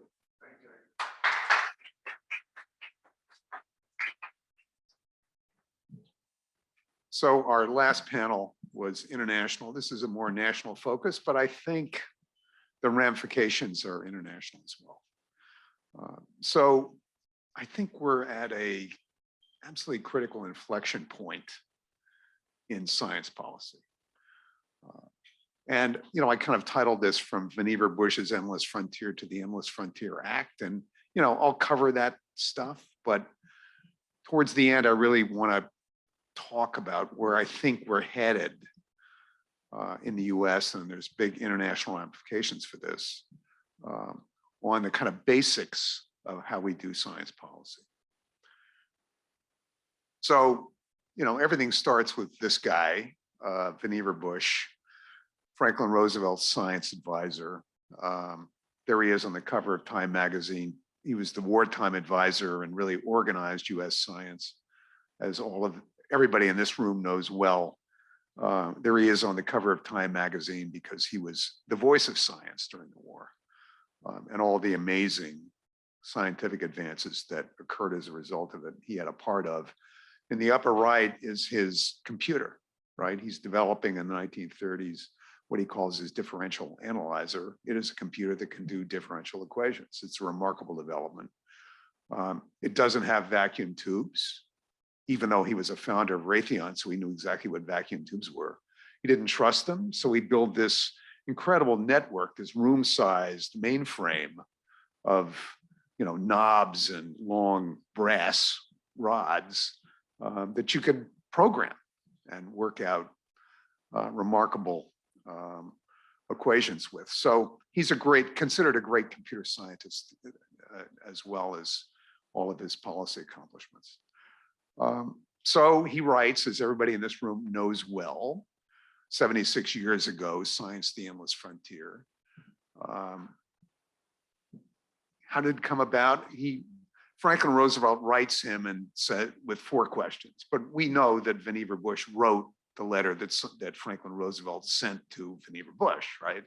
How do you diffuse scientific knowledge that was gained from war? How do you organize a war against disease? A fascinating phrase. What's the government role in supporting public and private sector research? What's the governmental role on science talent? Those are the kind of questions he writes himself to throw at himself. And the title of this piece, you know, Science, the Endless Frontier, as those of you in this room know, draws on very, very deep American history, right? So the leading historians of the turn of the last century are kind of thinking about the role of the frontier as really the cutting edge for what created this kind of egalitarian American, upwardly mobile kind of society, and it was the frontier. And Vannevar Bush is drawing on that idea. The formal frontier closed, according to the census in 1900 in the United States, but science was to be the next big American frontier. And that's what he's doing. He's posing this big picture kind of challenge. And, you know, as the paper comes out in July 45, Franklin Roosevelt had actually died back in April, so it goes to Harry Truman. It's, as we know, you know, the most influential policy paper written on US science organization. It's not a thoughtful, you know, kind of abstract academic white paper. This is an advocacy piece, right? He is making a case. And he's trying to think through the post-war model for US science, as everybody in this room understands. And he's got some dilemmas on his hands. The United States is dismantling its entire military establishment. The war is over. Everybody's assuming there's going to be world peace forever. There will not be a military establishment compared to what there was previously. 16 million GIs are headed home. What's going to be left? And Bush had been involved in creating this amazing capability in the course of the war. He's trying to hang on to some of it. What's the cheapest piece, right? Basic research is a lot less expensive than applied. That may be a manageable task for the US to take on. But there's other reasons too. As Roosevelt's science advisor in the war, he of course saw a lot of politicalization of science, right? Big science projects, big politics. And Oppenheimer was a close friend of his. He saw the whole challenge of nuclear power coming to the United States and nuclear weapons and the implications of that and the implications of that for science. So that's part of what is driving his thinking here. So he goes from creating this amazingly connected model for science in World War II, where industry and universities and government are deeply, deeply tied together. He moves from that to a very disconnected, disaggregated model. He disaggregates science from the other actors. And it defines the direction of future science progress. Science is to be part of a team, is the way Bush puts it, for health, security, and prosperity. Science is going to be a separate player in that team in his design. He announces a war on disease, a phrase which he and Roosevelt really liked, because this is the first war where actually you might die of combat injuries as opposed to, you know, disease, because in most wars people died of disease. That dramatically changes with the development of antibiotics. It's an amazing science story. It's like Operation Warp Speed.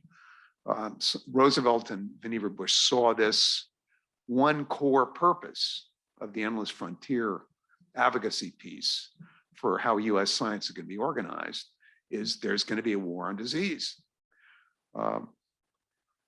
National security. This is the one that Bush didn't really need to explain. It's a pitch. This is a pitch to the taxpayers. American taxpayers, you invest in science, you get a war on disease.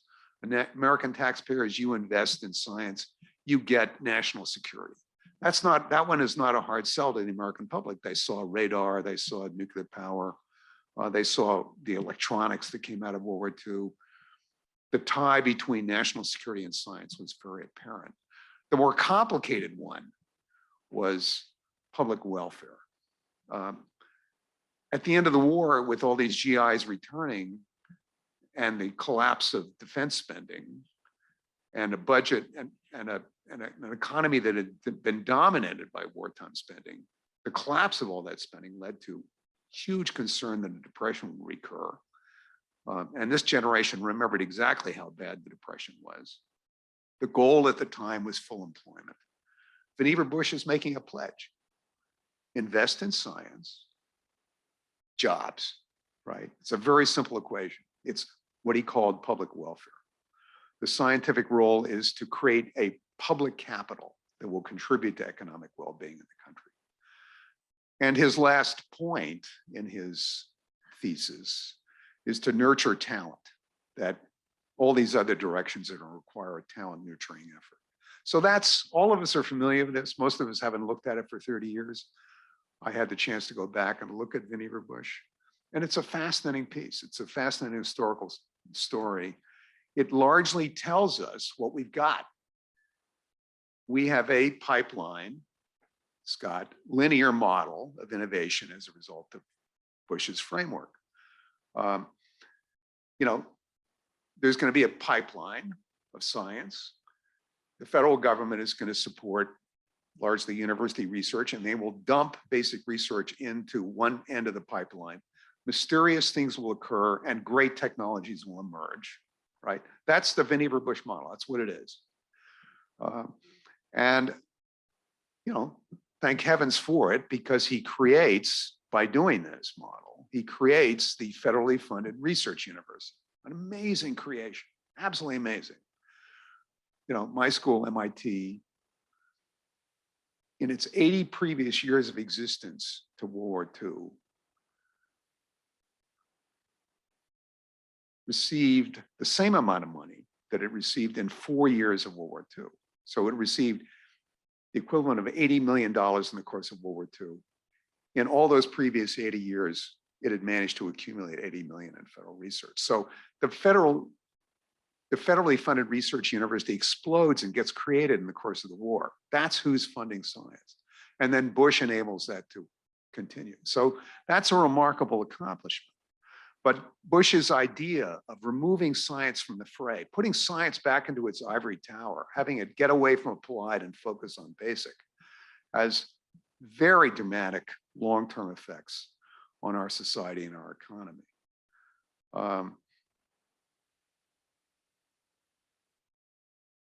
He calls to, and this is the other part of his thesis, he calls to for a new agency to carry out science, which resembles his own World War II organization, the Office of Science Research and Development, OSRD. Very loose-knit team of scientists working collaboratively on projects together. That's kind of the vision of how he ran things in the course of the war. There's to be a new agency, came to be known as the National Science Foundation. That's going to be one tent for all of science. He runs into Harry Truman. And while Bush and Roosevelt had a good working relationship and a good friendship with Harry Hopkins, Roosevelt's key aide, the relationship with Harry Truman did not work as well. Harry only had a high school education. He was never able to get the funding to go to college. Very smart guy, an artillery captain in the course of World War I, highly decorated. The artillery is the elite corps in the US Army in the war. Those are the people who have to know math. You know, Harry is an outstanding candidate, but he doesn't get along with this kind of Boston Brahmin Vannevar Bush type. And Vannevar Bush designs the National Science Foundation to be run by scientists only. Politicians stay away. Harry Truman actually has read the Constitution, and you can't do that, right? You can't design an agency that's solely to be run by scientists. It's got to be part of an executive branch and report into the political system. And so the way in which Congress passes this creates a major constitutional issue. Sitting right on Harry Truman's desk, as you can see in the slide, is a little sign that says the buck stops here. It stops on Harry's desk, not on Vannevar Bush's desk. So he vetoes the National Science Foundation. There is no one tent for science. The National Science Foundation gets stood up in 1950, right? It only gets funded as a result of Sputnik in 1957 in any kind of scale. In the intervening years, all kinds of other organizations and agencies pop up. Harry Truman's veto means that the US is going to have very decentralized science. So let's jump ahead. That's the Vannevar Bush story. Let's jump ahead to his critic, his leading critic, Donald Stokes. So this is like any Western town. Some gunslinger succeeds and becomes all powerful in the neighborhood. And sure enough, some other gunslinger at some point is going to show up in town. This is the competitive gunslinger. Donald Stokes takes on Vannevar Bush, and he takes him on in 1997. Stokes is dying of leukemia. And this is the last thing he does. This book, Past His Quadrant, which I know most of you have read. Another classic in the kind of genre of science policy. Stokes argues that Vannevar Bush's basic canon of US R&D organization has two parts, right? This basic research model has two parts. It is to be performed without thought of practical ends. That's what the government ought to be supporting. And secondly, that basic research is going to be the pacemaker of technological improvement. Those are the two fundamental suppositions, he argues, behind Bush's thinking. Stokes argues these are completely wrong. Neither of these is true. The ties, Stokes argues, between science and technology are, as we've said many times today, not linear, they are interactive. And what he calls use-inspired science yields both basic and applied results, and they are deeply interactive, deeply connected. So he's not writing in isolation in 1997. The US had gone through a deep, intense competitiveness period, particularly with Japan over key industries such as consumer electronics, automotive. And Japan had figured out a much better manufacturing system the US had in place at the time.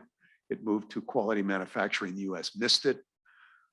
So there was a whole backdrop here of concern about that Vannevar Bush model that was kind of bubbling under the surface that Stokes starts to articulate.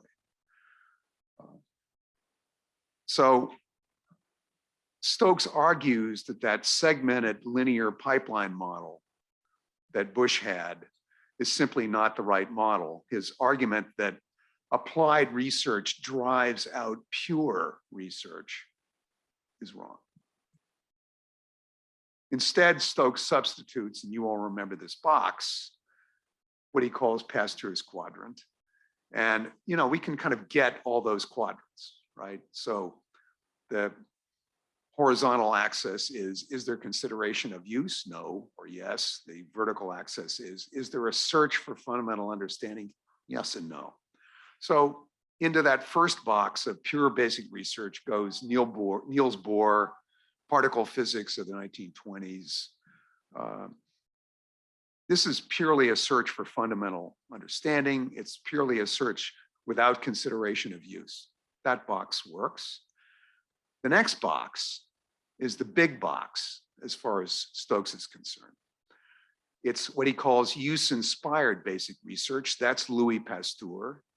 That's Louis Pasteur coming up with much of microbiology, fundamental research, in order to save kids from bad milk in Paris, consideration of use, right? And that's the big quadrant that's missing, Stokes argues, in the whole Vannevar Bush kind of equation. Now there's two other quadrants because he has a quadrant here. They don't quite work as well as, or as cleanly as the first two. Thomas Edison is in the bottom right. He argues that's pure applied research, but we know that Edison develops, he has to think about what electricity is, and he comes up with something called the Edison Effect, which really early thinking about electron theory. And so there's a little bit of an issue there, but when we move to Darwin, in that fourth quadrant, which he calls, review of particulars, not the general. I mean, this operates on an assumption that, Charles Darwin gets on the boat, sails off to the Galapagos, pops around, collects a few notes, right? Nice vacation, great time. That's not what Darwin was up to, right? We know this. Darwin's grandfather had been developing early ideas around evolution. Certainly Darwin himself was. He doesn't get on the Beagle by accident. He has a very good idea of what he's going to be looking for. So is there anybody who is neither searching for fundamental understanding or considering use? I'm not sure anybody ever fits into that category. right? So I'm not sure the whole quadrant quite holds up, but it's an interesting set of arguments. Maybe stamp collecting goes into that bottom corner. That's about all I can think of that might. But to get back to Stokes's case, the deepest flaw in the Vannevar-Bush paradigm is an assumption that technology flows in one direction from science to technology. But it doesn't. There's a reverse flow. That reverse flow is very, very important from technology back to science. These sides are constantly informing each other. And of course, we know that, for example, semiconductor theory, we do the transistor as a way as a practical invention for telephone switching for Bell Telephone Company, but it creates the whole field of semiconductor physics, right? That's really what evolves from it. So it goes both ways, and Bush's linear model doesn't enable this two-way street. It's only a one-way street. And if the reality is a two-way street and you're building a one-way street, you've got a fundamentally dysfunctional kind of model here. And that's what we organize science around. So clawing back from that has been a continuing story. This is Stokes's more dynamic model, he argues. It's a little complicated, it's a system, but you can see that big box for use-inspired research in the middle. Stokes's design leads to this problem. And the valley of death between the research side and the implementation side, between invention and innovation. That's the story of science policy for the last 40 years in the United States. That's the heart of the discussion. How do you build those bridging mechanisms between the two? Because our fundamental design didn't account for it. Some argue, and this is a slide from Lou Branscombe and Phil Auerswald, argue that, hey, it's not really a valley of death.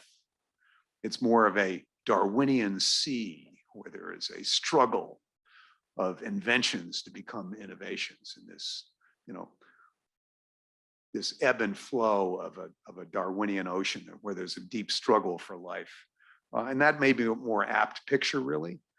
But the Valley of Death still has, I think, great meaning. So what's evolved since the Stokes critique?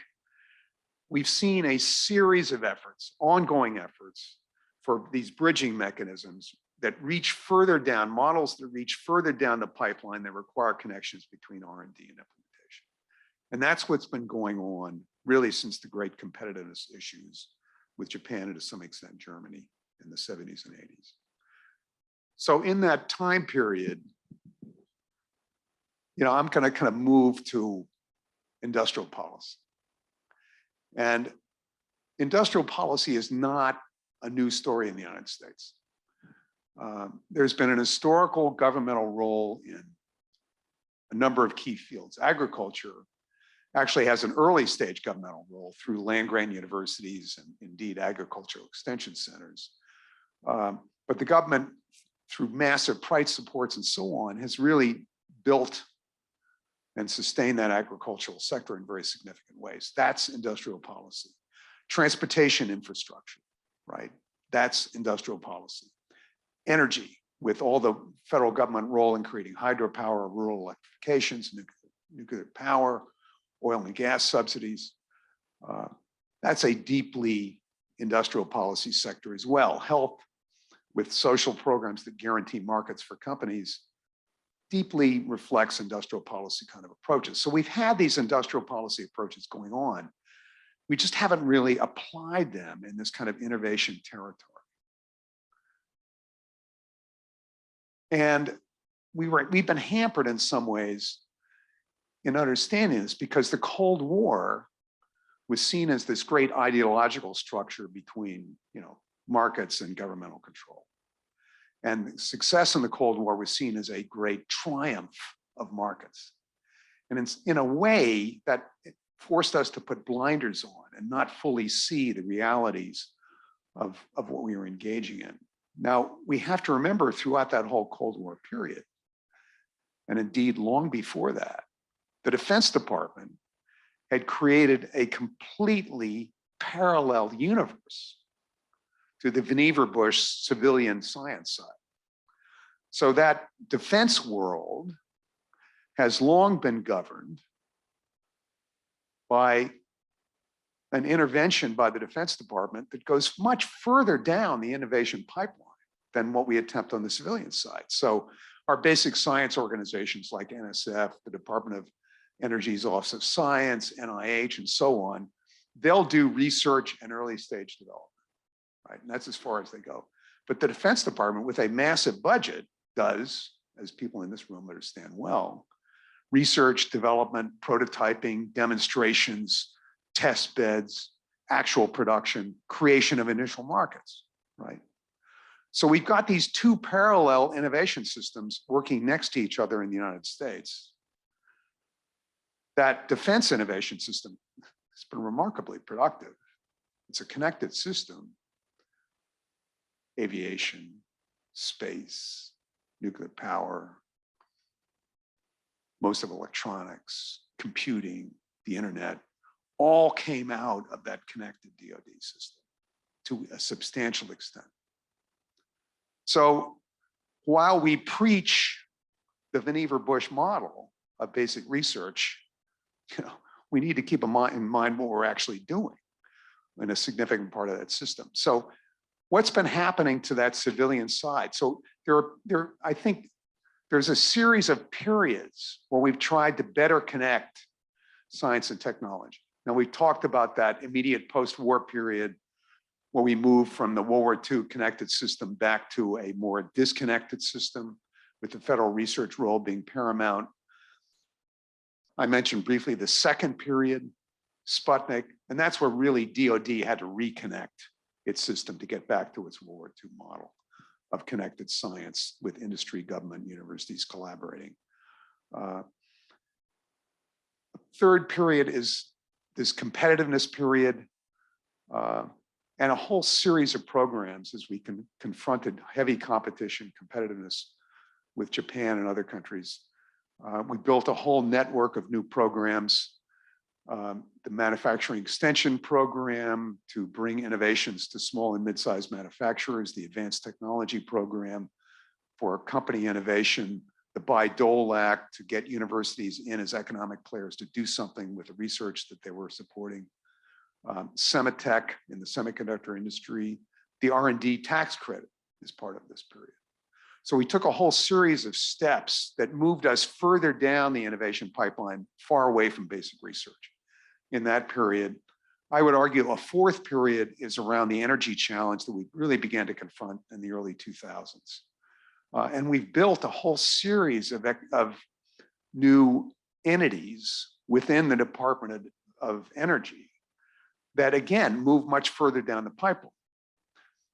A greatly expanded renewable energy organization within DOE, energy frontier research centers to get university researchers working on actual energy problems, innovation hubs around energy technologies, the advanced manufacturing office, a technology transfer office, the Cyclotron Road project to bring labs into technology and entrepreneurial support, the DOE loan program. All these mark a big organizational change in our approach to energy as we have to think about climate. A fifth period, maybe, we began to think about advanced manufacturing, particularly as we ran into competition from China. We began forming manufacturing institutes. There were collaborations between industry, university, and government. So we've tried these bridging mechanisms. Is it now time for a broader approach? So I think we're starting to see, and this is the change, right? This is the shift. I think we're starting to see new kind of approach, a willingness to even discuss industrial policy. And what is industrial policy? I think its most simple definition is really the one I've been practically using here.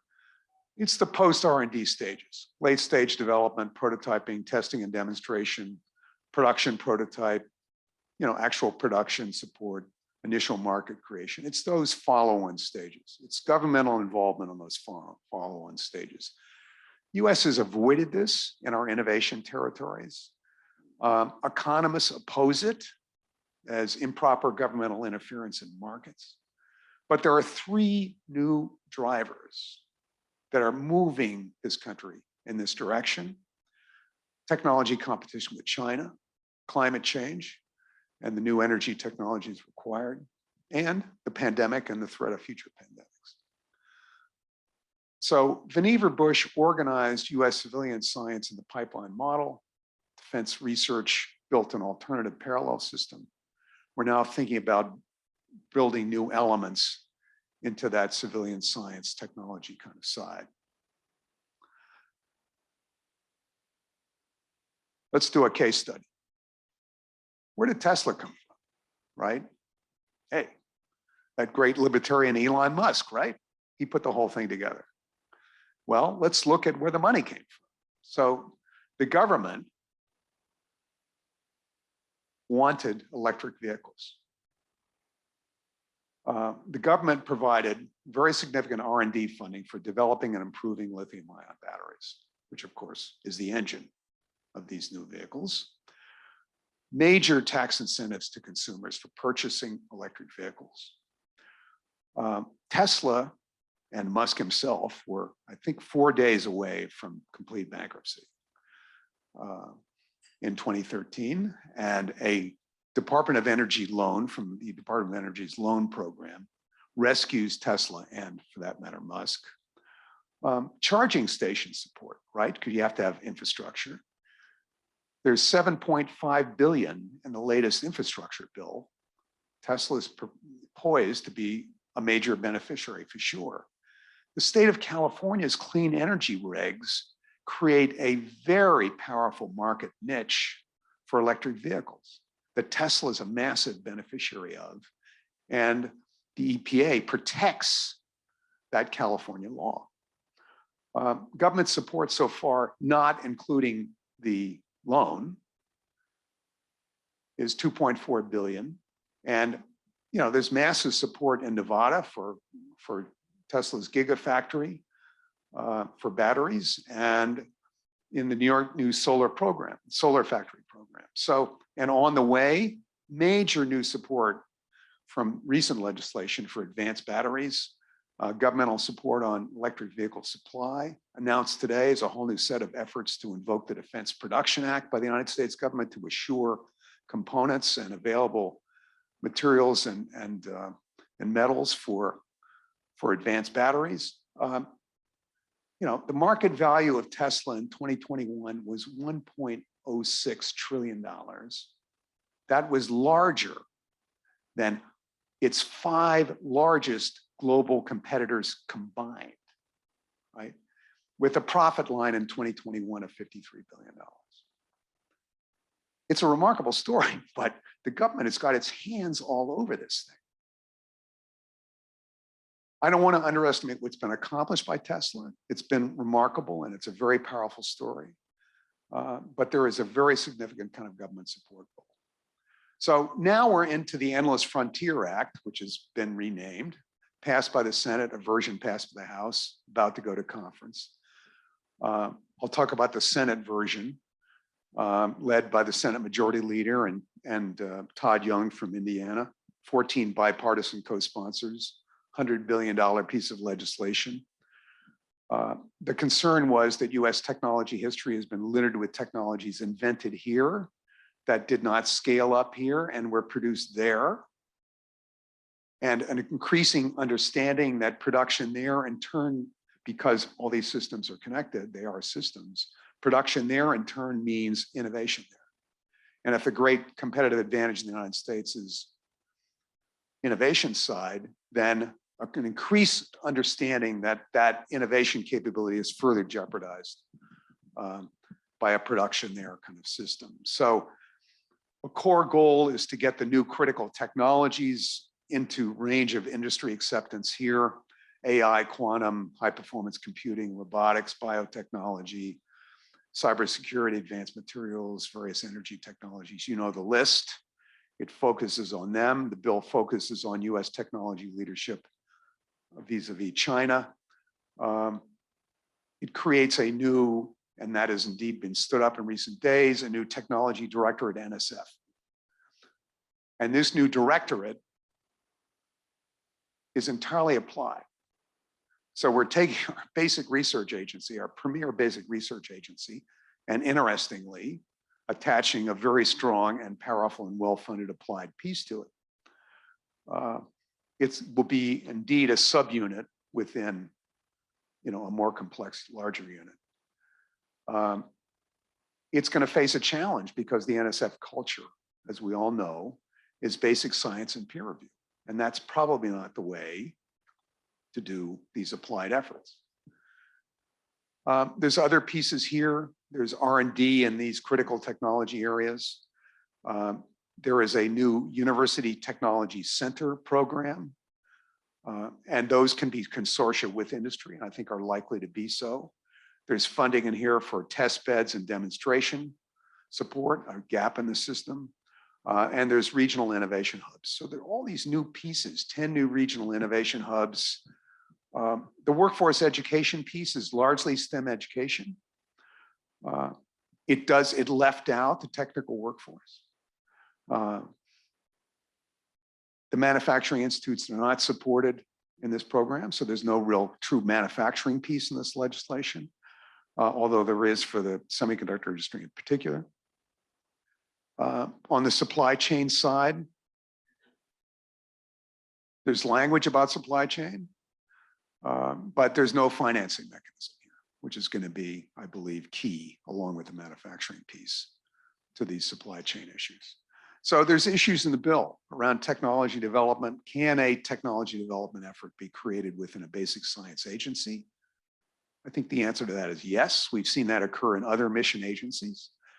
The DARPA still talks to, the Naval Research Laboratory at the Department of Defense. They seem to work well together. This is not mission impossible. The regional innovation hubs, how are these going to work? This is turning Rust Belt into Sun Belt. That's a big challenge. As I said, on workforce education, the failure to focus on a technically skilled workforce, I think is problematic when you're implementing applied work. The failure to really address manufacturing more explicitly, I think is an issue.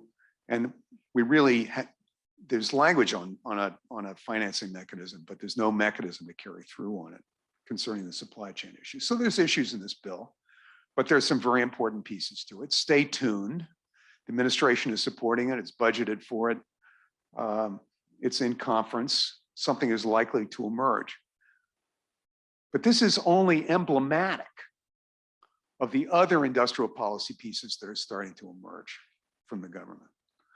So the CHIPS Act aims to restore US semiconductor leadership. So Intel fell behind TSMC and Samsung when it comes to reaching the 5 nanometer scale. The bill has $52 billion, and the appropriations are in this endless frontier legislation. So this is going to be real money. This is likely to move. This is US support for fabs and foundries. This is building facilities. This is financing facilities. This is advanced R&D at the late stages, at the applied stages, not simply the early stages.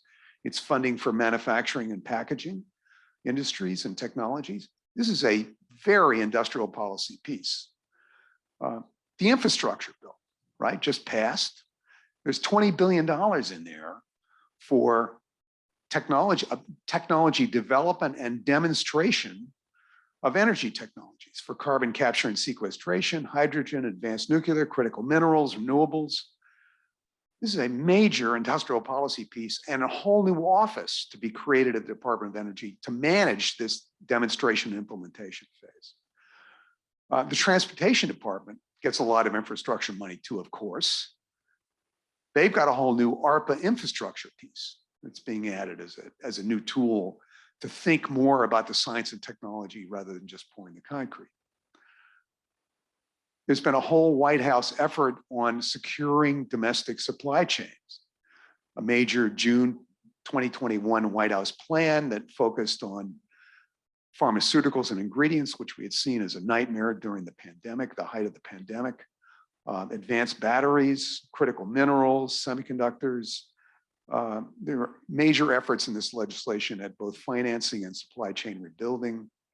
Not so far on manufacturing, because if you don't develop manufacturing, frankly, you're not going to have lasting supply chains. So there hasn't really been a White House focus to any great extent on the purely manufacturing stage, but nonetheless, these are new interventionist kinds of moves. And then most important of all, right, the most dramatic demonstration of US industrial policy in a long time, Operation Warp Speed, massive intervention into vaccine development, guaranteed production contracts to industry, a portfolio of approach for funding a series of vaccine technologies and nurturing the innovative firms and researchers trying to pull them together. Whole effort at rapid technology certification through these emergency use approvals, integration of federal officials into companies to speed development and also to speed the approval processes. These are very much industrial policies, obviously a stunning, remarkable success story that saved hundreds of thousands of lives. So we are now embarking at scale on deep industrial policies on a pretty bipartisan kind of basis. I think this new era of these kinds of policies is emerging, driven by China, driven by, and competitiveness concerns there, driven by climate, continuing concerns about pandemic threats, and this kind of new reality around certain critical materials that the conflict in Ukraine is driving us to understand. So it's going to require completely new thinking and organization for scientists and engineers, and particularly for those people occupying this science policy territory. So the role of this program, I think, picks up a whole new agenda that has to be mastered if these kinds of policies are going to work. I think students here are going to have to get more learning about how they can be change agents, right? Operating within these complex systems. We're going to have to understand more about the connections between the research foundation and the application of technologies and their implementations. We're going to have to understand manufacturing. We're going to have to be able to map supply chains and fill in the gaps. We're going to have to know how to undertake testing and demonstration. We're going to have to be able to do a level of integration between agencies, industry, and universities that we've never tried to do before in most fields, right? Because that's going to be the currency of these new kinds of policies, right? We're going to have to do new approaches to technology certification and validation. We saw from Operation Warp Speed what a critical governmental role can be in the certification process, virtually guaranteeing markets overnight. We're going to need to think about that outside of the health area, outside of this kind of narrow FDA territory, I believe. We've seen all kinds of new flexible contracting mechanisms come out of Operation Warp Speed for the Defense Production Act, for other transactions authorities that are obviously governmental interventions, but turned out to be key to speeding these technologies into use. And we saw in Operation Warp Speed incredibly powerful government financing through guaranteed contracts, right, which assured the creation of markets that enabled the innovations. So I think that schools like that are going to have to think hard about their agendas and the scope of the curriculum, because like it or not, I think we're moving into this new territory, breaking out really at scale now for the first time from that Vannevar Bush model. We're going to need a systems of innovation versus approach rather than a linear model. We're going to need to look at innovation in a more dynamic kind of way. We're going to need to understand the barriers and bottlenecks to the innovation flows that we need. Our scattered agency approach is not going to be enough. We're going to need a new infrastructure. And that list that I just gave you really is the new infrastructure I think we're going to have to create. Obviously, the Defense Department has been using many pieces of this for years, but it's going to have to emigrate to other sides as well. So this opens up, I think, entirely new ways to think about science policy and its scope. to move us out of the debate between bridging the valley of death into kind of a much bigger look at science and tech policy. Thank you, and congratulations on your 50th.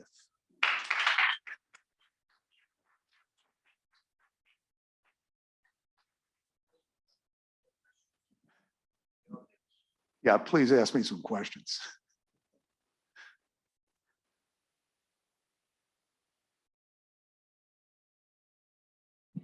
Thank you, Bill. That was great. As you mentioned, we really the economists were against industrial policy. We weren't doing industrial policy. Europe was, Japan was, et cetera. So but then the urgency of these issues that you outlined, competitiveness with China, the pandemic, all of these, and now the situation with Russia. So as long as we're not calling it industrial policy, there's more bipartisan support, I think. Is that what I don't think we have to pretend anymore, right? Just have to say we're going that way. You know, I mean, there's still people at the White House saying we're not doing industrial policy, we're doing industrial strategy, right? But there's no meaningful difference, right? You know, we're already doing this, right? We're doing it at amazing scale. When you think about all the pieces that have been put together in the last few, and it's not just this administration either, it's the previous one. We've been doing it at scale on the defense side for a long time, of course. But I think we're moving to a kind of a broader embrace here. And it's very dangerous because these are very hard things to do, right? We know how to support basic research. We can do that very well. Supporting this other stuff is much more complicated and requires, as I said, I think, a whole new infrastructure. You know, why? I keep wondering, you know, since Vannevar Bush created the connected model during the war, I always wonder why, you know, he didn't create a post-war, more connected kind of model. And, you know, I gave you some of the reasons I was thinking about, but I think a key one is that going into World War II, the US was king of manufacturing, right? Going into the war, we had 4 times the industrial capacity of Germany and 8 times the industrial capacity of Japan. We had built a mass production system that was the envy of the war, of the world. No one was else was close to it, remotely close to it, right? And going into the post-war period, that dominance was even higher. So Vannevar Bush didn't have to think about US manufacturing and innovation in manufacturing because the US was the unassailed leader of that. So he could focus on what the real problem was, right? Which was the United States was not the science leader going into World War II. Countries like Germany and Britain were considerably ahead. Now, obviously, we built that capacity in the course of the war in significant cause was we were able to get talent here from abroad. But we built that capacity and he wanted to hang on to that capability. And the problem we had was building that science. So that's what he aimed the Endless Frontier paper at, was that problem. And he didn't have to consider the manufacturing problem, but boy, is now it's really upon us, right? And all the implications of it are upon us. And the occasional discussion we've had here about social effects, right? You know, they have been dramatic. The failure of the US manufacturing sector and its rapid decline in the 2000s had just dramatic social disruption effects that are causing, frankly, most of the social disruption in current US politics. So we paid a huge price for our inattention. And I think part of the story here is it's not just an economic competitiveness story. It's a much deeper story about the need to get the advances from science and technology, you know, more widespread in the economy, because we walked away from our ability to do that, right? By having an innovation-only approach. We didn't have an approach that included larger parts of the economy, particularly the manufacturing part of the economy. So I think we face those social realities now. And, you know, there's an absolutely fundamental social justice issue here, right? We're leaving too many people behind. And part of the story, part of what I think is going to drive this model is trying to address those challenges.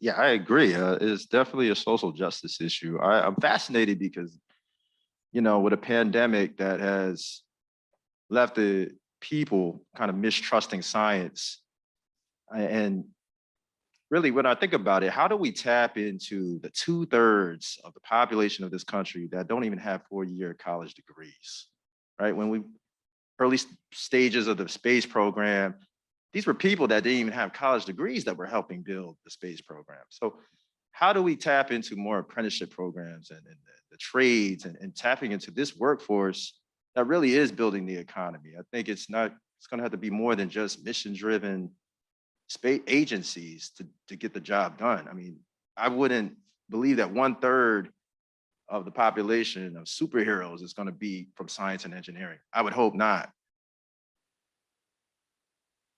Yeah, look, I mean, it's an absolutely crucial question. And then as I said, one of my worries about the Endless Frontier bill is that it doesn't look at the technical workforce, right?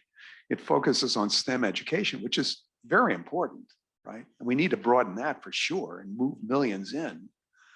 But we haven't really thought about, you know, this range of 10 advanced technologies that it's going to fund and how that's going to create kind of new opportunities for social mobility and for the American working class that got nailed by the decline of American manufacturing. We lost 1/3 of manufacturing jobs between 2000 and 2010. And we've recovered about 18% of those jobs since then. And that was a huge hit on the American middle class. Manufacturing had been a very powerful route into the middle class, particularly from minorities, right? That was absolutely crucial. That's what Motown is all about, right? Was that story. And we lost that story. And the work I've been doing the last three years, I did a lot of work on manufacturing, did a book on advanced manufacturing, came out in 2018. The last 3 years, I've been working on this workforce education problem. How do we really move up technical education and technology opportunities, you know, for a much broader swath of our economy, particularly those 2/3 who don't have college degrees? That's where we really need to aim. So I think there's a lot to be done. Apprenticeship programs, I think, are one key part of that answer. But there's a series of other steps, and we can talk about this more sometime, but there's a series of other steps I think we've got to take. So we had a conversation earlier about science diplomacy. Can you expand a little bit on how you think, industrial policy can have a diplomatic aspect to it in terms of international relations? Well, I think, it greatly complicates, you're adding on to science just a whole series of applied pieces, which is going to radically complicate the diplomacy side of this. And obviously we carry out a lot of these technology diplomacy tasks through trade policy, right? And, the US has had very problematic results from its underlying trade policy in terms of social disruption in the United States. That's not to say it's not right to embrace where we can a globalized kind of a world and economy. And it's obviously a very integrated economy, but we didn't pay attention to what some of the ramifications were. And as many economists are now pointing out, obviously there are winners and losers from free trade models. And we didn't pay any attention to losers. And US manufacturing decline, frankly, is tied to some of those policies. I think the deeper problem for US manufacturing is the failure to innovate. But trade deserves, some of that issue too. So I think it greatly complicates, and obviously Scott is, I'm sure, has thought more about this than I have, but I think it greatly complicates the diplomacy agenda if the US is going to start to pursue for the first time in a bipartisan way, what you think is happening out of geopolitical necessity, a much more integrated industrial policy approach in many of its policy areas. So, diplomats, get ready because there's some tough stuff headed your way. Thank you so much for this talk. I guess my question is, you acknowledge that scientists are going to have to learn a lot more things than research. And my question is, where do you think this is going to happen? Because I feel like lots of times when we try encouraging new things, especially in like advanced, like graduate curriculums, universities are kind of dragged kicking and screaming. And even then it's often considered like supplements. Like you can learn a bit about policy or entrepreneurship or incorporating EDI, but like no departments like, we're going to let students have that be like a core module. Like even as an engineering PhD, nothing was like, here's a class on manufacturing you can take. It's like, yeah, if your research is going good, maybe you get to do an internship.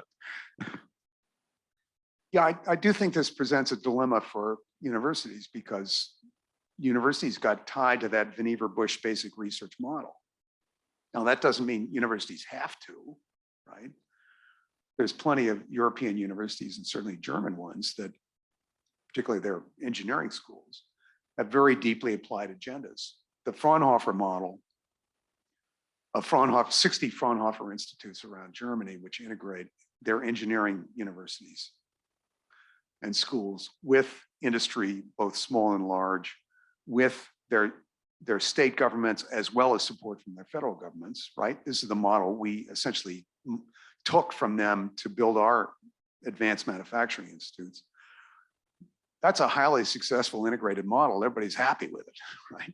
So I don't think it's impossible for universities to embrace, it won't be easy, but to embrace more of an applied agenda. And, you know, in fact, engineering faculties already do that to a significant extent. And in a field like engineering, in energy research, the academic community has already made the shift, right? It's already happening. I mean, they're delighted to go after ARPA-E funding. So I think the university community, as long as there's not disruption to that basic research model, and you know, let me just say, it's that basic research side is a huge competitive advantage for the United States. The depth of that model is a really important piece in our system. So let's not lose that, right? Let's just add something to it, I think is the case I'm trying to suggest. I think we're, as a practical matter, starting to do that. So as long as we're not going to destroy the first model as we move to the second, you know, I think this is a manageable transition that we're already seeing going on in various areas. And obviously a great expertise here at this school in space. I mean, NASA is very much an applied agency, right? Obviously it's some important basic research as well, but its integration of applied and basic is a core part of the way in which NASA functions, as you all know better than I do. So I think there's whole swaths of territory where universities have embraced applied work. And obviously that's very true in the health sector in particular. So I don't think it'll be challenging and there will be frustration, but as long as we don't disrupt that basic research model and instead enhance it and add to it and create a two-way street within universities as opposed to the historic one-way street that Bush set up, I think it's a doable thing. Two things. One, I can't help remembering that we always learned that the government role for research was to do that which the private sector was not going to do. So that was the primary role. But then I wonder what you think of, and I couldn't help thinking of this as you spoke about expanding into industrial policy, that there's a driver of security at play with so much of the government's movement into industrial policy, obviously in defense, but then when we look at, you know, the pandemic with getting into industrial policy with the vaccines, it's to protect yourself, to defend yourself. If we had our food supply threatened, we'd be looking at new wheat crops, then the agriculture department would be getting it. So I think that security is somehow operating on that model at all times. Yeah, I think you're absolutely right. Look, I'm not saying that this is going to be easy. And the opportunities for disaster are multiply in an industrial policy model. I mean, remember Solyndra, right? Some of you may remember Solyndra. It was a thin film solar technology company, very interesting, quite advanced thin film technology. Much better technology in many ways than traditional solar PV, right? We should have moved to that stage. Massive dumping of solar PV, collapse in prices in the United States, massive dumping from China as China moved to become the leading solar manufacturer in the world. And that killed Solyndra. And so they went bankrupt. And there was a gigantic congressional outcry over federal industrial policy and waste of taxpayer money. Now, in fact, the taxpayers got all their money back. But we will have those. We're going to have those. And I think your underlying point, which is security needs to drive this policy, I kind of think we're there, right? I think the security situation in the world is now deteriorated to such an extent that security policy is now going to be a key driver for these policies. And the Endless Frontier Bill was really driven by a concern that China, not the United States, was going to get to this range of advanced technologies. We weren't, particularly given our weakness in implementation, and that we need to turn that story around. So I think that's a key driver here, and I do think that there will be broad political support for it. We'll see. But obviously, the pandemic is another security, as you suggest, another security indicator, but we didn't hesitate. We put Operation Warp Speed into effect, and it was the thought of developing a completely untried, very advanced vaccine and getting it into people's arms within 9 months, is absolutely unheard of, right? And yet, oh yeah, it's still, absolutely. And again, don't misunderstand me. I'm not saying, God forbid, we screw up our basic research system, right? Let's not do that. That would be an unmitigated disaster. And obviously it was dependent upon, that extensive federal government involvement, just as Tesla was dependent upon decades of research in lithium-ion batteries that the Department of Energy, Office of Science, and other agencies supported. So we can't neglect that part. But I do think security is a driver. Are we ready for this? I'm very concerned we're not ready for this. We don't have the infrastructure in place to manage these kinds of programs, right? We talked in the last international panel about muddling through. We can't afford to muddle through this, right? We're going to have to get a handle on these new areas of expertise that we're going to have to make these programs work. Otherwise, they're not going to work. I wanted to just drill down a little bit more into this question of narrative. You mentioned that you think that there's going to be relatively broad bipartisan support for some of the legislation. But speaking to some of the earlier comments, there's a concern that the public perhaps doesn't agree, or that there's some significant pushback. I can just think in Operation Warp Speed, there was the example of one of the large pharmaceutical companies submitting patent claims that disregarded, actively did not include the names of NSF researchers. And that was a clear, at least in my view, power play by the firm to ensure future firm profits, even though the intellectual property was probably relatively clearly shared. And so maybe some of the future profits should have gone back into the US government system. So I'm wondering if you can just speak to how you might develop a narrative that allows the American public to view public-private partnerships or government picking winners in the private sector or subsidizing profit, in some cases, significant profit earning firms in a way that's sustainable in a bipartisan fashion, not just over like a Operation Warp Speed timeframe, but over a decade or more. Yeah, look, I mean, you raise very important points. These are going to be key challenges. This may not be pretty, right? There may be a lot of trouble as we shift towards this model. I do think the drivers are there that are going to require us to make this shift, and I think there's understanding that we need to make the shift increasingly.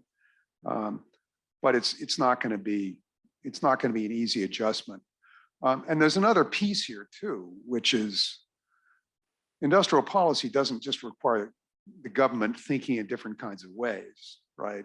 It requires committed firms, right? Otherwise, it certainly will not work. It requires firms that are ready to kind of press ahead there. And so the episode you're referring to with Moderna obviously was an unfortunate one, you know, given the work of Barney Graham and his team at NIH. Looked pretty outrageous to me. And I'm not quite sure why they were doing it. As I dig into the literature on the pandemic, it is clear to me that both BioNTech and Moderna were doing very significant research on their own. Now, you know, again, Moderna is a government support story, right? Moderna got founded, and I know one of the founders very well from MIT. Moderna got founded and then turned around and got a $25 million award from DARPA, because DARPA, unlike NIH, DARPA was willing to think that we had to be able to develop vaccines in 60 days, given the scope of future pandemic threats and the potential problems that the US military faces in different parts of the world. That to have a 10-year vaccine development process was going to kill a lot of people. And DARPA was willing to think hard about how you would do that in 60 days. And it focused on mRNA at a time that NIH was refusing to fund the groups, the team at the University of Pennsylvania. So, you know, Moderna in many ways was a federal government creation. Obviously, there was a history of earlier stage support, you know, that led to a lot of understanding of RNA to begin with, that NIH, of course, did support. So,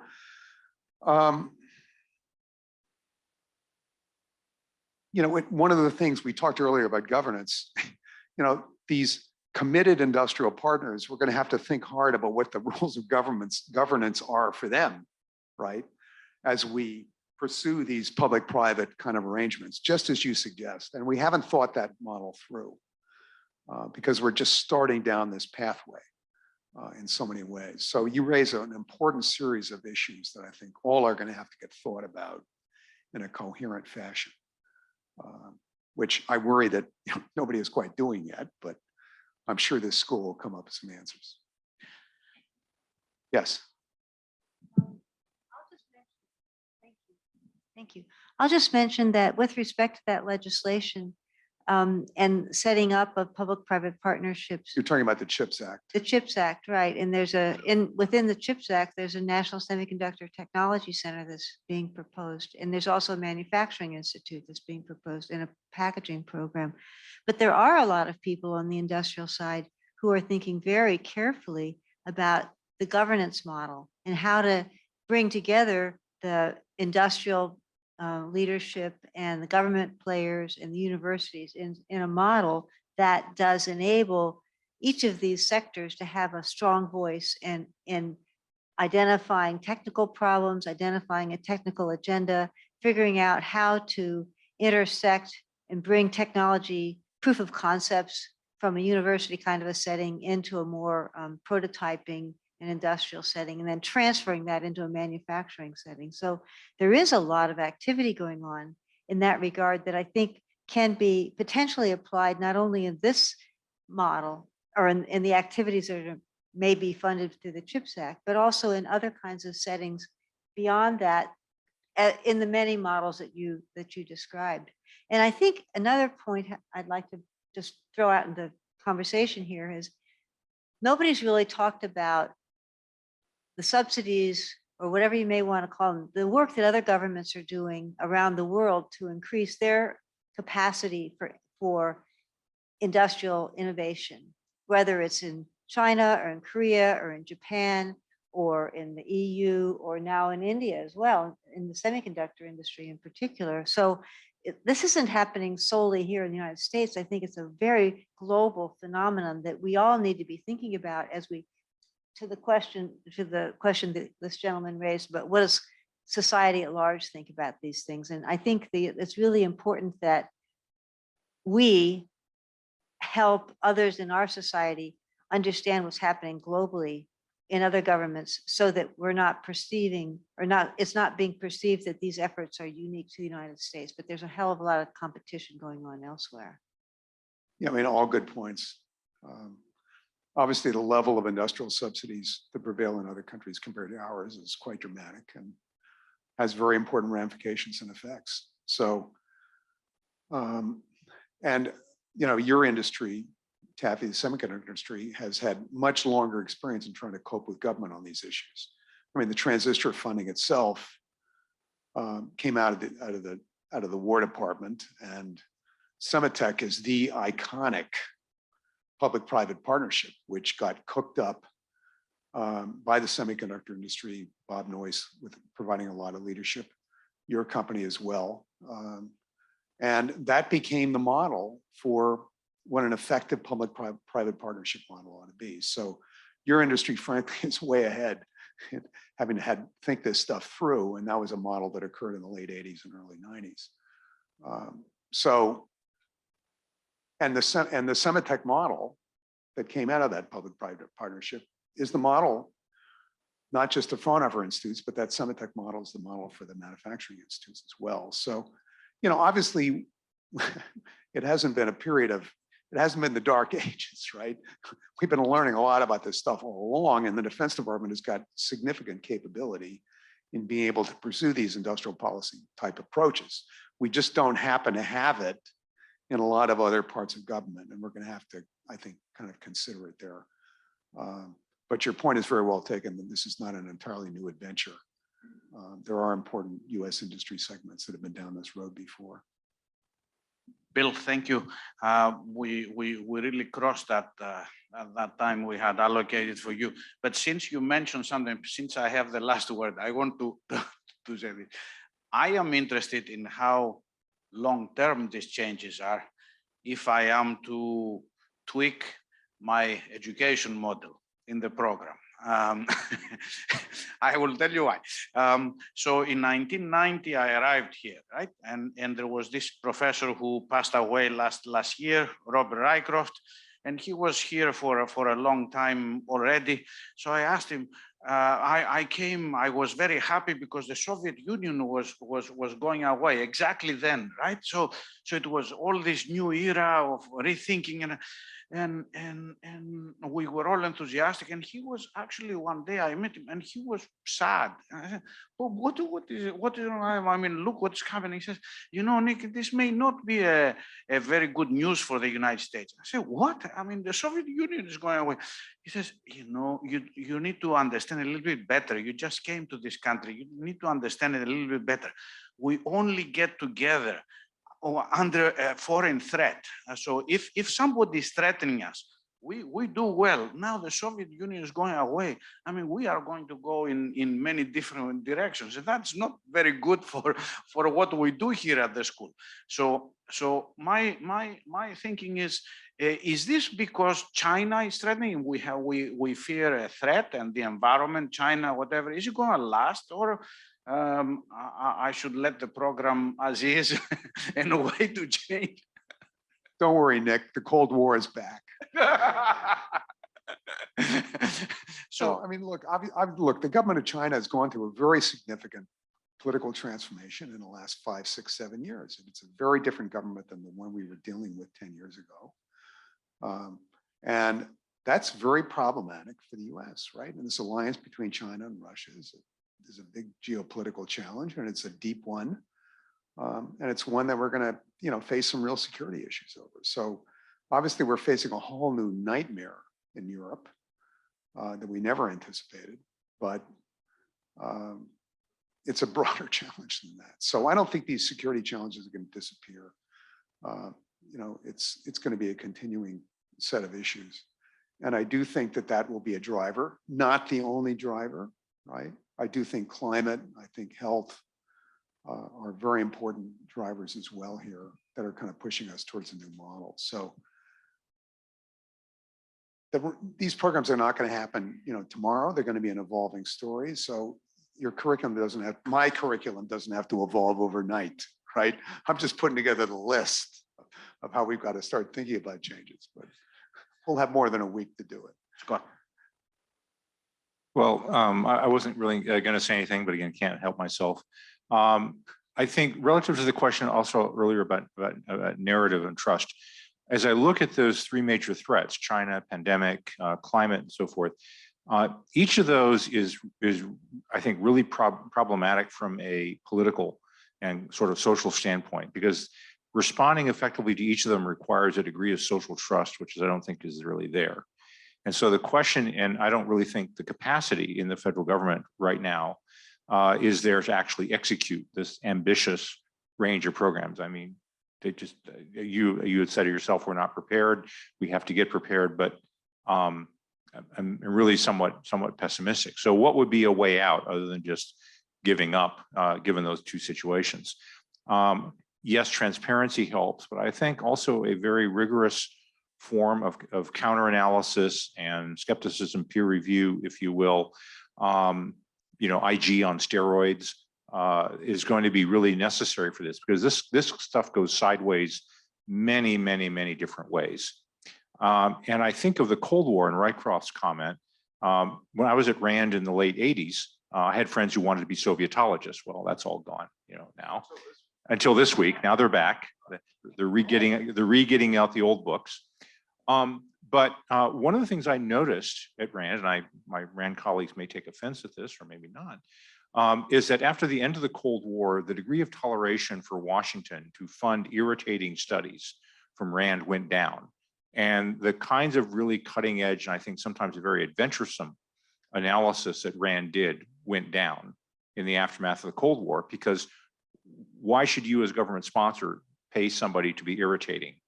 Well, you did it during the Cold War if you really wanted the right answer, and you were willing to put up with irritating people to get the right answer regardless, because you really needed it. If we really are serious that we want the right answer to these problems, there's going to be I think, a parallel need for really rigorous analysis back and forth.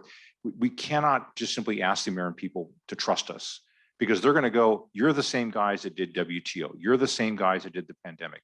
You're the same guys why I'm out of work and led to all these other problems. Now you say you're different. Prove it to me. And I think that maybe is where schools and our programs and so forth like ours can maybe be helpful, is to be kind of that loyal opposition, the critic to proposing solutions, but also to make it clear that nobody's going to kind of get away with anything in terms of wasting the taxpayer money or corruption or other things like that. We're not immune from corruption, other things that afflict other countries. And so if we're going to execute something like this, finding a way to put in a kind of a check and balance without crushing innovation is going to be one of our biggest challenges. And I think it's going to be a challenge for people who come out of our program. Scott, you should have the last. Yeah. Okay. Thank you. Thank you, Bill. Thank you very much.